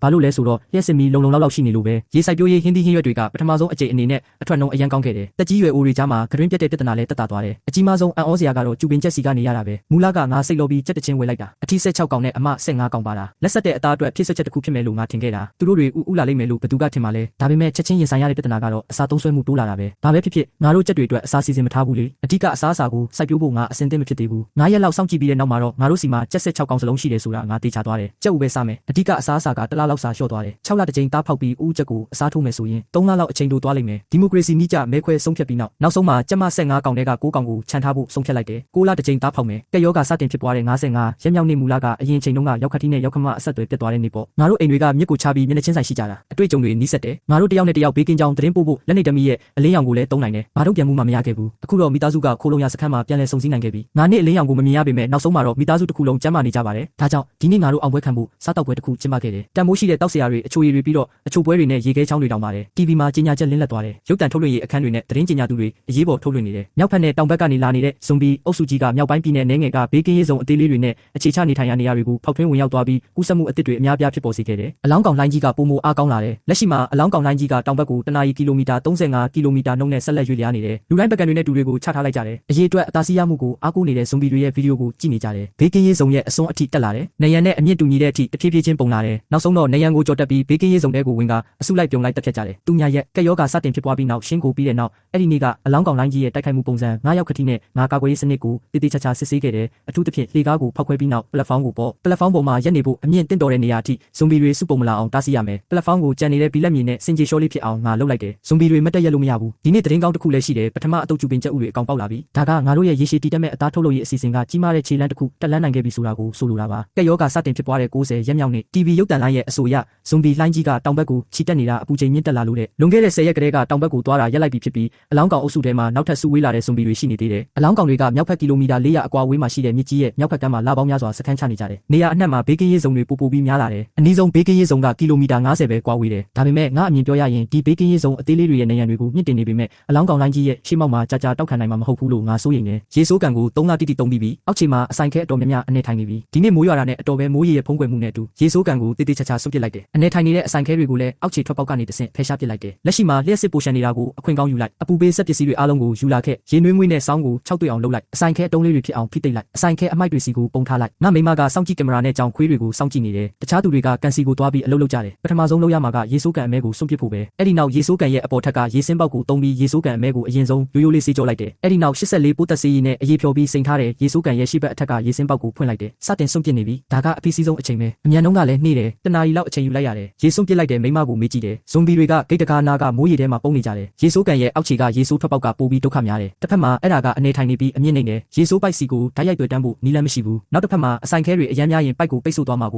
သူတို့စိုးရင်ကြတယ်ဒါကြောင့်ဒီထွက်ပေါက်ကဖွင့်ထားတယ်ရေဆိုးစွန့်ပစ်တဲ့ area နဲ့နေထိုင်ရေး area ကိုတေချာထပ်စစ်ဆေးကြည့်ပါတူလောင်ရေး area ရဲ့တကားနှစ်ပေါက်ပိတ်ထားသလားရောက်ခတ်တီနဲ့ငါတွန်းလဲကိုတွန်းလိုက်တယ်ကားပေါ်မှာ105လမ်းတွေတံမဏိရေတိုင်ကြီးတစ်ခုရှိတယ်ရောက်ခမကရေဆိုးအဆိုးရှင်ကိုထိန်းချုပ်တယ်ငါအမေကတက်ဆင်ပြီးတဲ့နောက်ယူစိတ်လာတာတွေကိုဖမ်းဖို့စလုံးအသေးလေးကိုတုံးဖို့တာဝန်ယူတယ်ခဲမလေးကဖိသိက်ဆက်ကိုမောင်းနှင်ဖို့တာဝန်ယူတယ်အခုတော့အိုဆုံးထုတ်လုပ်တဲ့ဆက်ကိုပိတ်လိုက်ပြီးအရာအလုံးအစင်းသင့်ဖြစ်နေပြီအဆိုးရှင်ကိုဖွင့်လိုက်တယ်တဝက်အရေးပြောနေတဲ့ချောကလက်လိုအမဲရောင်စိတ်ကက်အရာဝတ္ထုတွေဒီထဲကိုစီးဝင်လာတယ်အလိုလျောက်အသက်ရှူကရိယာကအပြင်းထန်အလုပ်လုပ်နေပေမဲ့ပုတ်စော်နံတဲ့အနံ့ကိုလုံးဝမတားဆီးနိုင်သေးဘူးတွန်းလဲတစည်းအပြည့်ဖြစ်လိုက်တယ်အဆိုးရှင်ကိုတင်းကျပ်စွာပိတ်လိုက်တယ်ငါတို့အဖိုးကလေးလံတဲ့တွန်းလဲကိုအဆိုင်ခဲအမိုက်ဖြစ်ရှင်းရေးအခန်းစီအားဆိုင်ပြီးတွန်းသွားတယ်ခရမ်းလုံမီးသီးကိုပိတ်လိုက်တယ်တကားကိုဖွင့်လိုက်တယ်အိုဆုံးပြင်းအားကအလုပ်လုပ်ဖို့အနှောက်အယှက်မဖြစ်ဘူးဆိုတာကိုအတီးပြုပြီးမှအခန်းကန်ထဲကိုဝင်လိုက်တယ်ဖိသိက်စက္ကန့်တွေကဖိသိက်ထားတဲ့အဆိုင်ခဲအမိုက်တွေကိုဖိုက်ပါအဝိစအထက်ထပ်နဲ့ခင်းထားတယ်ဆက်ရဲ့အောက်မှာဇလုံးအကြီးကြီးတစ်လုံးကိုလည်းတမင်တက်ထားထားတယ်အဆက်ကနေတဆင့်ရေဆိုးတွေကိုညှစ်ထုတ်လိုက်တယ်ရောက်ခတိနဲ့ငါမိုးလွဲပိုင်းအချိန်ယူခဲ့ကြတယ်စိတ်ကပ်နေတဲ့အကျွင်းကြံတွေကိုဆွဲထုတ်လိုက်တယ်အဲ့ဒါတွေကိုဖိသိက်တဲ့ကန်ထဲလောင်းထည့်လိုက်တယ်ဖိုက်ပါအဝစ်ကိုတလွှာချင်းအပြည့်ထည့်ဖို့အချိန်10မိနစ်လောက်ကြာတယ်မော်တာကိုစတင်မောင်းနှင်လိုက်တယ်ဖိသိက်တဲ့ပြားကိုနေရာကျအောင်တဖြည်းဖြည်းချင်းချိန်ညှိလိုက်တယ်ဖိုက်ပါအဝစ်ဆက်ပေါက်ပြဲသွားမှဆိုလို့ဖိသိက်တဲ့လုပ်ငန်းစဉ်ကိုစတင်လိုက်တယ်ဒါကြောင့်အောက်ဘက်ကိုဖိချတဲ့အချိန်ကမမြန်ဘူးဖိချတဲ့အားကလည်းညင်တာတယ်အဆိုင်ခဲအမိုက်ကိုစက္ကန့်20အတွင်းမှာဖိသိက်နိုင်တယ်ငါတို့2မိနစ်ကြာအောင်မောင်းနှင်ခဲ့တယ်နောက်ဆုံးတော့အဲ့ဒါကပြတ်ချက်နေတဲ့ရွှွန်ပြားဒါမှမဟုတ်ရွှွန့်ချက်တွေဖြစ်သွားတယ်နောက်200ပေါင်းအနေငယ်ကြာလို့ဒါကိုရှာတွေ့တဲ့အခါရေးမှတ်ထားရင်အဲ့ဒါကတမိုင်းဝင်ပစ္စည်းတစ်ခုဖြစ်သွားမလားအသက်ရှူကရိယာထဲကနေအဖိုးကြီးရဲ့ရေမောတန်ထွက်လာတယ်ငါလည်းတစ်ခါတလေရေမောမိတယ်ရွှွန့်ပြားတွေရဲ့ပါဝင်ပစ္စည်းတွေကိုသူတို့လေ့လာရမယ်ဆိုရင်ချက်ချင်းပဲတွေးထုတ်ပြလိုက်မလားအဲ့ဒီနောက်ရေမောနေရင်းနဲ့ပဲယဉ်ကျေးမှုအမွေအနှစ်တွေကိုဖျက်ဆီးတယ်ဆိုပြီးပြစ်ဒဏ်ချမှတ်ခံရမယ်ရွှွန့်ပြားအချက်တွေကိုအတူတူပုံထားလိုက်တယ်အားလုံးဖိသိပ်ပြီးလျှက်စစ်စီပူပေးဆက်တွေစီတည်သွားတယ်လျှက်စစ်မီပုံများနေတာကိုအခွင့်ကောင်းယူလိုက်တယ်ဒါတွေအားလုံးကိုအမြန်အချောက်ခံလိုက်ဒါမှမဟုတ်ရင်ပုတ်စော်နံနဲ့အနံ့နဲ့ဇီဝဗေဒဆိုင်ရာအန္တရာယ်တွေရှိနေအောင်မယ်ကက်ယောဂစတင်ဖြစ်ပွားပြီး150ရက်မြောက်နေ့ကက်ယောဂစတင်ဖြစ်ပွားပြီးနောက်အပူချိန်စတင်ကျဆင်းလာတယ်အပူချိန်ကျဆင်းလာတာအံ့ဩစရာတော့မဟုတ်ပါဘူးဒီလောက်အချိန်ကြာပြီးတဲ့နောက်လုံခြုံရေးစုံတွေမှာမိုးလေဝသခံမှန်းချက်တွေအပါအဝင်လူမှုရေးလုပ်ငန်းဆောင်တာတချို့ကိုနိုင်ငံတော်ကပြန်လည်စတင်ခဲ့တယ်အဲ့ဒါကပြန်လည်ထူထောင်နိုင်ခဲ့တဲ့ပထမဆုံးအများပြည်သူဝန်ဆောင်မှုပဲအောက်ဘက်ခိုလုံရစခန်းထဲမှာအပူချိန်အပြောင်းလဲကိုငါတို့သိမခံစားရဘူးဘာပဲဖြစ်ဖြစ်အေးခန့်ရဲ့အပူကအလွှာကအတွင်းရောအပြင်မှာရှိနေတာကိုအပူကအလွှာကအပူကိုလည်းထိန်းထားပေးတယ်ရေစိုက်ပျိုးရေးအပင်တွေကဖန်တီးထားတဲ့အလင်းရောင်လုံလုံလောက်ရတဲ့စိုက်ပျိုးရေး area မှာအရန်ကိုဖြစ်ထွန်းနေတယ်အထူးသဖြင့်ကြက်တုံမြိတ်လိုအပင်တွေကမြင်မြန်ကြီးထွားတယ်ငါတို့အချိန်ပေါင်းများစွာရိတ်သိမ်းပြီးပြီငါတို့ဟင်းသီးဟင်းရွက်တွေစိုက်ပြီးကြက်တွေကိုပျော်ပျော်ရွှင်ရွှင်မွေးမြူနေတော့ခဲမလေးကသူမရဲ့နှစ်ချက်ထဲကနေရုတ်တရက်အော်ပြောလိုက်တယ်တခုခုဖြစ်နေပြီမြင်မြန်လာကြအခန်းစီပြန်လာခဲ့ကြတယ်ရေဒီယိုထဲမှာ TV ရဲ့ထိတ်လန့်နေတဲ့အတန်အတိအကျထွက်ပေါ်နေတယ်သူတို့တွေပြန်ရောက်လာကြပြန်ပြီဒီတစ်ချိန်ကပြီးခဲ့တဲ့အချိန်ထက်ပိုများတယ်အားလုံးကအပြင်လူတွေကြီးပဲသူတို့တွေအရန်များလုံးလို့လမ်းတွေတောင်ကြက်မနေတော့ဘူးအဲ့ဒီနောက်တစ်ပတ်အကြာမှာငါတို့က TV Boss ရဲ့ channel ပေါ်မှာအချိန်တူတူကုံဆုံးခဲ့ကြတယ်ဇွန်ဘီလိုင်းကြီးရဲ့အရွယ်စားကိုသူဖော်ပြနေတာကိုနားထောင်ကြတယ်အစားအစာရှာဖို့အပြင်ထွက်လို့မရလို့သူဒုက္ခရောက်နေတယ်ဆိုတာကိုကြားရတယ်အိမ်ကအစားအစာဘယ်လောက်ကြာခံမလဲဆိုတာကိုသူတွက်ချက်ပြနေတာကိုနားထောင်ကြတယ် TV လေးနိုင်ငံတော်ကတရားကိုလေကြောင်းကနေဖောက်ခွဲပစ်မယ်လို့ကြေညာခဲ့တယ်ဇွန်ဘီအုပ်စုကြီးရဲ့တောင်ဘက်ကိုရွှေ့ရမယ့်လမ်းကြောင်းကိုဖျက်တောက်လိုက်တယ်ပြီးတော့ဇွန်ဘီအုပ်စုကြီးကမြစ်ရဲ့မြောက်ဘက်ကမ်းမှာစုဝေးလာတဲ့အခါဇွန်ဘီတွေကိုရှင်းလင်းဖို့စုစည်းလိုက်တယ်နောက်ထပ်ရက်ပေါင်း90အတွင်းမှာမိခင်နိုင်ငံတော်ရဲ့မြောက်ဘက်အစွန်ဆုံးကနေတောင်ဘက်အထိရက်အနည်းငယ်ကြာတိုင်းဇွန်ဘီအုပ်စုတွေကိုရှင်းလင်းတဲ့နေရာကတရားတွေဖောက်ခွဲခံရတဲ့အကြောင်းကိုကြားရတယ်ကက်ယောဂစတင်ဖြစ်ပွားတဲ့220ရက်မြောက်နေ့မှာအပူချိန်ကသူ့ညနာကပ်နေပြီးတုတ်ပြန်မှုအနေနဲ့ပိုက်တွေအေးခဲပြီးအကွဲတာမျိုးမဖြစ်အောင်ကာကွယ်ဖို့ရေပိုက်လိုင်းတွေနဲ့အပူပေးဆက်ပစ္စည်းတွေအားလုံးကိုငါတို့စစ်ဆေးခဲ့တယ်ငါတို့ရေစိုက်ပျိုးရေးစနစ်နဲ့စိုက်ပျိုးထားတဲ့တီးနှံတွေနဲ့ရေရှည်အတွက်ပြင်ဆင်မှုတွေကိုလည်းတမင်တက်လှုပ်ဆောင်ခဲ့တယ်အဲ့ဒါကဖြစ်နိုင်သမျှအများဆုံးရိတ်သိမ်းဖို့ပဲလှည့်ပတ်တဲ့ရေစုပ်ဆက်မှာငါတကယ်ကိုစူးစောင်းလို့မရဘူးစီးဆင်းနေတဲ့ရေပေါ်မှာပဲထားလိုက်ပါဇွန်ဘီအုပ်စုကြီးကငါတို့နိုင်ငံရဲ့အလဲပိုင်းဒေသစီကိုရွှေ့ပြောင်းသွားပြီးဒီနေရာကမြစ်ကြောင်းကွန်ရက်ကတိတ်တဲ့မြစ်ကဇွန်ဘီအုပ်စုကြီးကိုအပိုင်းပိုင်းအဆအဆဖြတ်တောက်လိုက်တယ်အဲ့ဒါကအရွယ်စားကိုရှော့ချပေးတယ်လို့လှုပ်ရှားမှုနယ်ပယ်ကိုလည်းကန့်သက်ပေးတယ်အပူချိန်နှိမ့်တာကဇွန်ဘီတွေကိုနှိမ့်ကွေးစွာရွေ့လျားစေပြီးဒီအခြေအနေတွေအားလုံးပေါင်းဆက်သွားတယ်ဒါကဇွန်ဘီတွေကိုဖျက်ဆီးဖို့အကောင်းဆုံးပတ်ဝန်းကျင်တစ်ခုဖြစ်လာစေတယ်တရုတ်နိုင်ငံမြောက်ပိုင်းကလက်ရှိမှာစီးနှင်းတွေအထက်ထက်ကျနေလို့ပိတ်ဆို့နေတယ်တောင်ဘက်ကိုမရွှေ့ပြောင်းသွားတဲ့ဇွန်ဘီတွေကဟိုတစုဒီတစုကြံရစ်နေတယ်စစ်တပ်ရဲ့ပြိုင်ဘက်လုံးဝမဟုတ်ပါဘူးဒါကြောင့်တကယ်မြောက်ပိုင်းမှာလူထောင်ပေါင်းများစွာကဒီကပ်ဘေးကြီးကိုအဆုံးသတ်သွားပြီးပြန်လည်တိဆောက်ရေးစတင်နေပြီးငါတို့နိုင်ငံတောင်ပိုင်းကဇွန်ဘီတွေကိုနိုင်ငံတော်ကမရှင်းလင်းနိုင်ပဲတောင်ဘက်ကိုဆက်လက်ရွှေ့ပြောင်းနေကြတယ်ဇွန်ဘီတွေနိုင်ငံတွေကထွက်ခွာသွားမဲ့ဖြတ်တန်းခဏအခွင့်အရေးကိုလည်းငါတို့ခေါင်းဆောင်တွေကစုပ်ကိုင်နိုင်ခဲ့တယ်တရားကိုဖျက်ဆီးပစ်လိုက်ပြီးဇွန်ဘီတွေတောင်ဘက်ကိုဆက်လက်ကျူးကျော်ဝင်ရောက်လာတာကိုတားဆီးလိုက်တယ်ဇွန်ဘီအုပ်စုကြီးမြောက်ဘက်ကိုပြန်လာမဲ့လမ်းကြောင်းကိုလည်းဖျက်တောက်လိုက်တယ်တေချာတာ ပေါ်ငါတို့ရဲ့နေဆက်တွေကမြစ်တွေဖြစ်ဖို့မလိုပါဘူးဒါကြောင့်ဖောက်ခွဲခံရတဲ့တရားတချို့ကနေဆက်ရဲ့တောင်ဘက်မှာရှိတယ်အိမ်ကြီးချင်းအစိုးရတွေကလည်းကန့်ကွက်တာမရှိပါဘူးငါကရန်ကုန်မှာ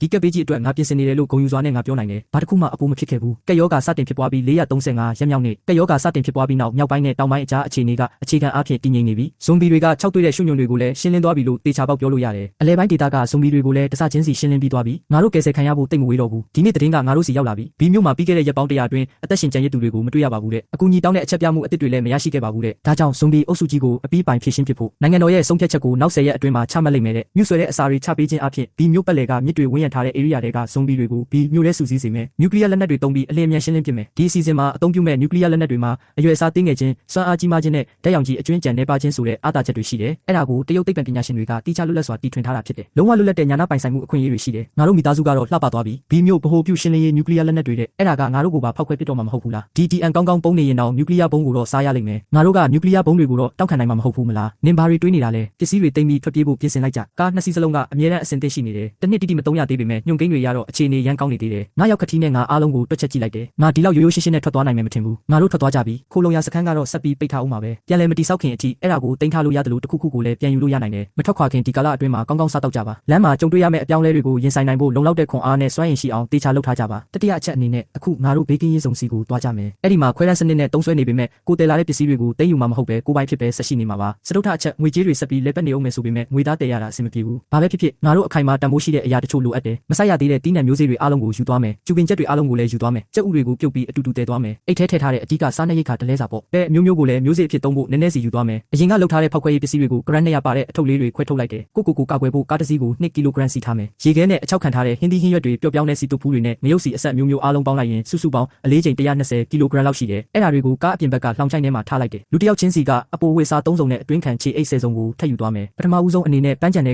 ကဇွန်ဘီကိုရှင်းလင်းရမယ်ဒါမှမဟုတ်ရင်ငါတို့ရဲ့ပြင်ဆင်မှုတွေကိုအနှောက်အယှက်ဖြစ်စေလိမ့်မယ်ဖြည့်ရှင်းရမယ့်နီလန်ကလည်းရိုးရှင်းပါတယ်ဓာတ်လေကားတွေကိုကြက်တကောင်ထည့်ပြီးသူ့ကိုဓာတ်လေကားထဲဝင်လာအောင်မြှုပ်ဆွဲကတကားကိုပိတ်လိုက်တယ်အဲ့ဒီနောက်လျှက်စစ်မီကိုဖျက်တောက်လိုက်တယ်အားလုံးအဆင်ပြေချုံးမွေသွားတယ်တောင်ပန်ခတ်နေတဲ့ကျမကဇွန်ဘီကိုအလျင်အမြန်ဆွဲဆောင်သွားတယ်ဇွန်ဘီဓာတ်လေကားထဲဝင်သွားပြီးတဲ့နောက်စတုတ်ထထက်ကိုသွားမဲ့ခလုတ်ကိုနှိပ်ပြီးဓာတ်လေကားကိုပိတ်လိုက်တယ်ဓာတ်လေကားအပေါ်ကိုစတက်တာနဲ့လျှက်စစ်မီကိုချက်ချင်းဖျက်တောက်လိုက်တယ်အဲ့ဒီနောက်ကြက်ရဲ့ဆူဆူဝါဝါအော်တန်ကိုငါကြားလိုက်ရတယ်ဇွန်ဘီကကြက်ကိုစားနေတာကိုစောင့်ကြည့်ကင်မရာကနေကြည့်နေလိုက်တယ်ဘေးကင်းလုံခြုံမှုရှိစေဖို့အတွင်းထဲမှာရှောက်သွားစစ်ဆေးနေလိုက်တယ်ငါတို့ကြက်3ကောင်ကိုအပြင်လွှတ်လိုက်တယ်တန်းကြံထဲမှာနေရောညပါလှည့်လည်သွားလာပြီးတဲ့နောက်သူတို့အသက်ရှင်နေသေးတာကိုတွေ့ရတယ်ငါတို့ကာကွယ်ရေးဝတ်စုံကိုဝတ်ဆင်ပြီးအခြားဓာတ်လေကားတစ်ခုကနေပထမထပ်ကိုဆင်းသွားခဲ့ကြတယ်နေရန်တုကိုဖြိုချလိုက်တယ်နေရန်ကိုဖြိုချပြီးသွားပြီးအဲ့ဒီနေ့ကမြို့ထဲကဇွန်ဘီတွေကိုအပြင်ထွက်လာအောင်အစိုးရကမြှုပ်ဆွဲတဲ့အစာတွေချပေးတဲ့နေ့ပဲစောင့်ကြည့်ကင်မရာကနေတဆင့်စစ်တပ်3တောင်ပန်သေးဒရုန်းတစ်စီးမျိုးပေါ်မှာအနှိပ်ပြန်တန်းပြီးအရှိန်နှင်းနှင်းနဲ့ဝဲပြန်နေတာကိုငါတို့တွေ့လိုက်ရတယ်အသက်ရှင်နေတဲ့တတဝါတချို့ကိုပစ်ချပေးတာဒါမှမဟုတ်တချင်းတန်ကြဲကြဲကိုတခါတလေဖွင့်ပြတယ်နေရအနှံ့ကဇွန်ဘီတွေကိုအပြင်ထွက်လာအောင်မြှုပ်ဆွဲနေတာပါမြို့ရဲ့မြောက်ဖက်စီကိုစူးစီးလာအောင်လုပ်တာပါငါတို့လည်းပထမဆုံးအကြိမ်အနေနဲ့ဒရုန်းတွေကိုလွှတ်တင်လိုက်တယ်ဒုတိယနေ့အလှည့်ကျစစ်တပ်3ဒရုန်းကငါတို့စုံတွေ့ခဲ့တဲ့နေရာမှာအထုပ်တစ်ထုပ်ကိုပစ်ချပေးခဲ့တယ်အကြိမ်ကြိမ်ပိုးတက်ပြီးတဲ့နောက်ဒရုန်းကိုတုံးပြီးအဲ့ဒါကိုပြန်တည်ယူလာခဲ့တယ်အထဲမှာစစ်တပ်3စကားပြောဆက်တစ်လုံးနဲ့စာတစ်စောင်ပါလာတယ်စာရဲ့ပထမအပိုင်းမှာရွှေ့ပြောင်းရမယ့်အချိန်လမ်းကြောင်းနဲ့ချိတ်ဆက်ရမယ့်နည်းလမ်းကိုအတည်ပြုပေးထားတယ်ဒုတိယအပိုင်းမှာတီးတန့်ခွဲခြားနေထိုင်ခြင်းနဲ့ပိုးတက်ခြင်းဆိုင်ရာလိုအပ်ချက်လမ်းညွှန်ချက်တွေပါတယ်တတိယအပိုင်းကတော့ဘေးကင်းရေးစုံထဲမှာကိုယ်ပိုင်ပစ္စည်းတွေကိုကာကွယ်ပေးမယ့်အကြောင်းပါအဓိကခွဲတန်းစနစ်ရဲ့ဖြန့်ဝေမှုလုပ်ငန်းစဉ်တွေအကြောင်းရှင်းပြချက်လည်းပါတယ်နောက်ဆုံးအပိုင်းကတော့ဘေးကင်းရေးစုံမှာ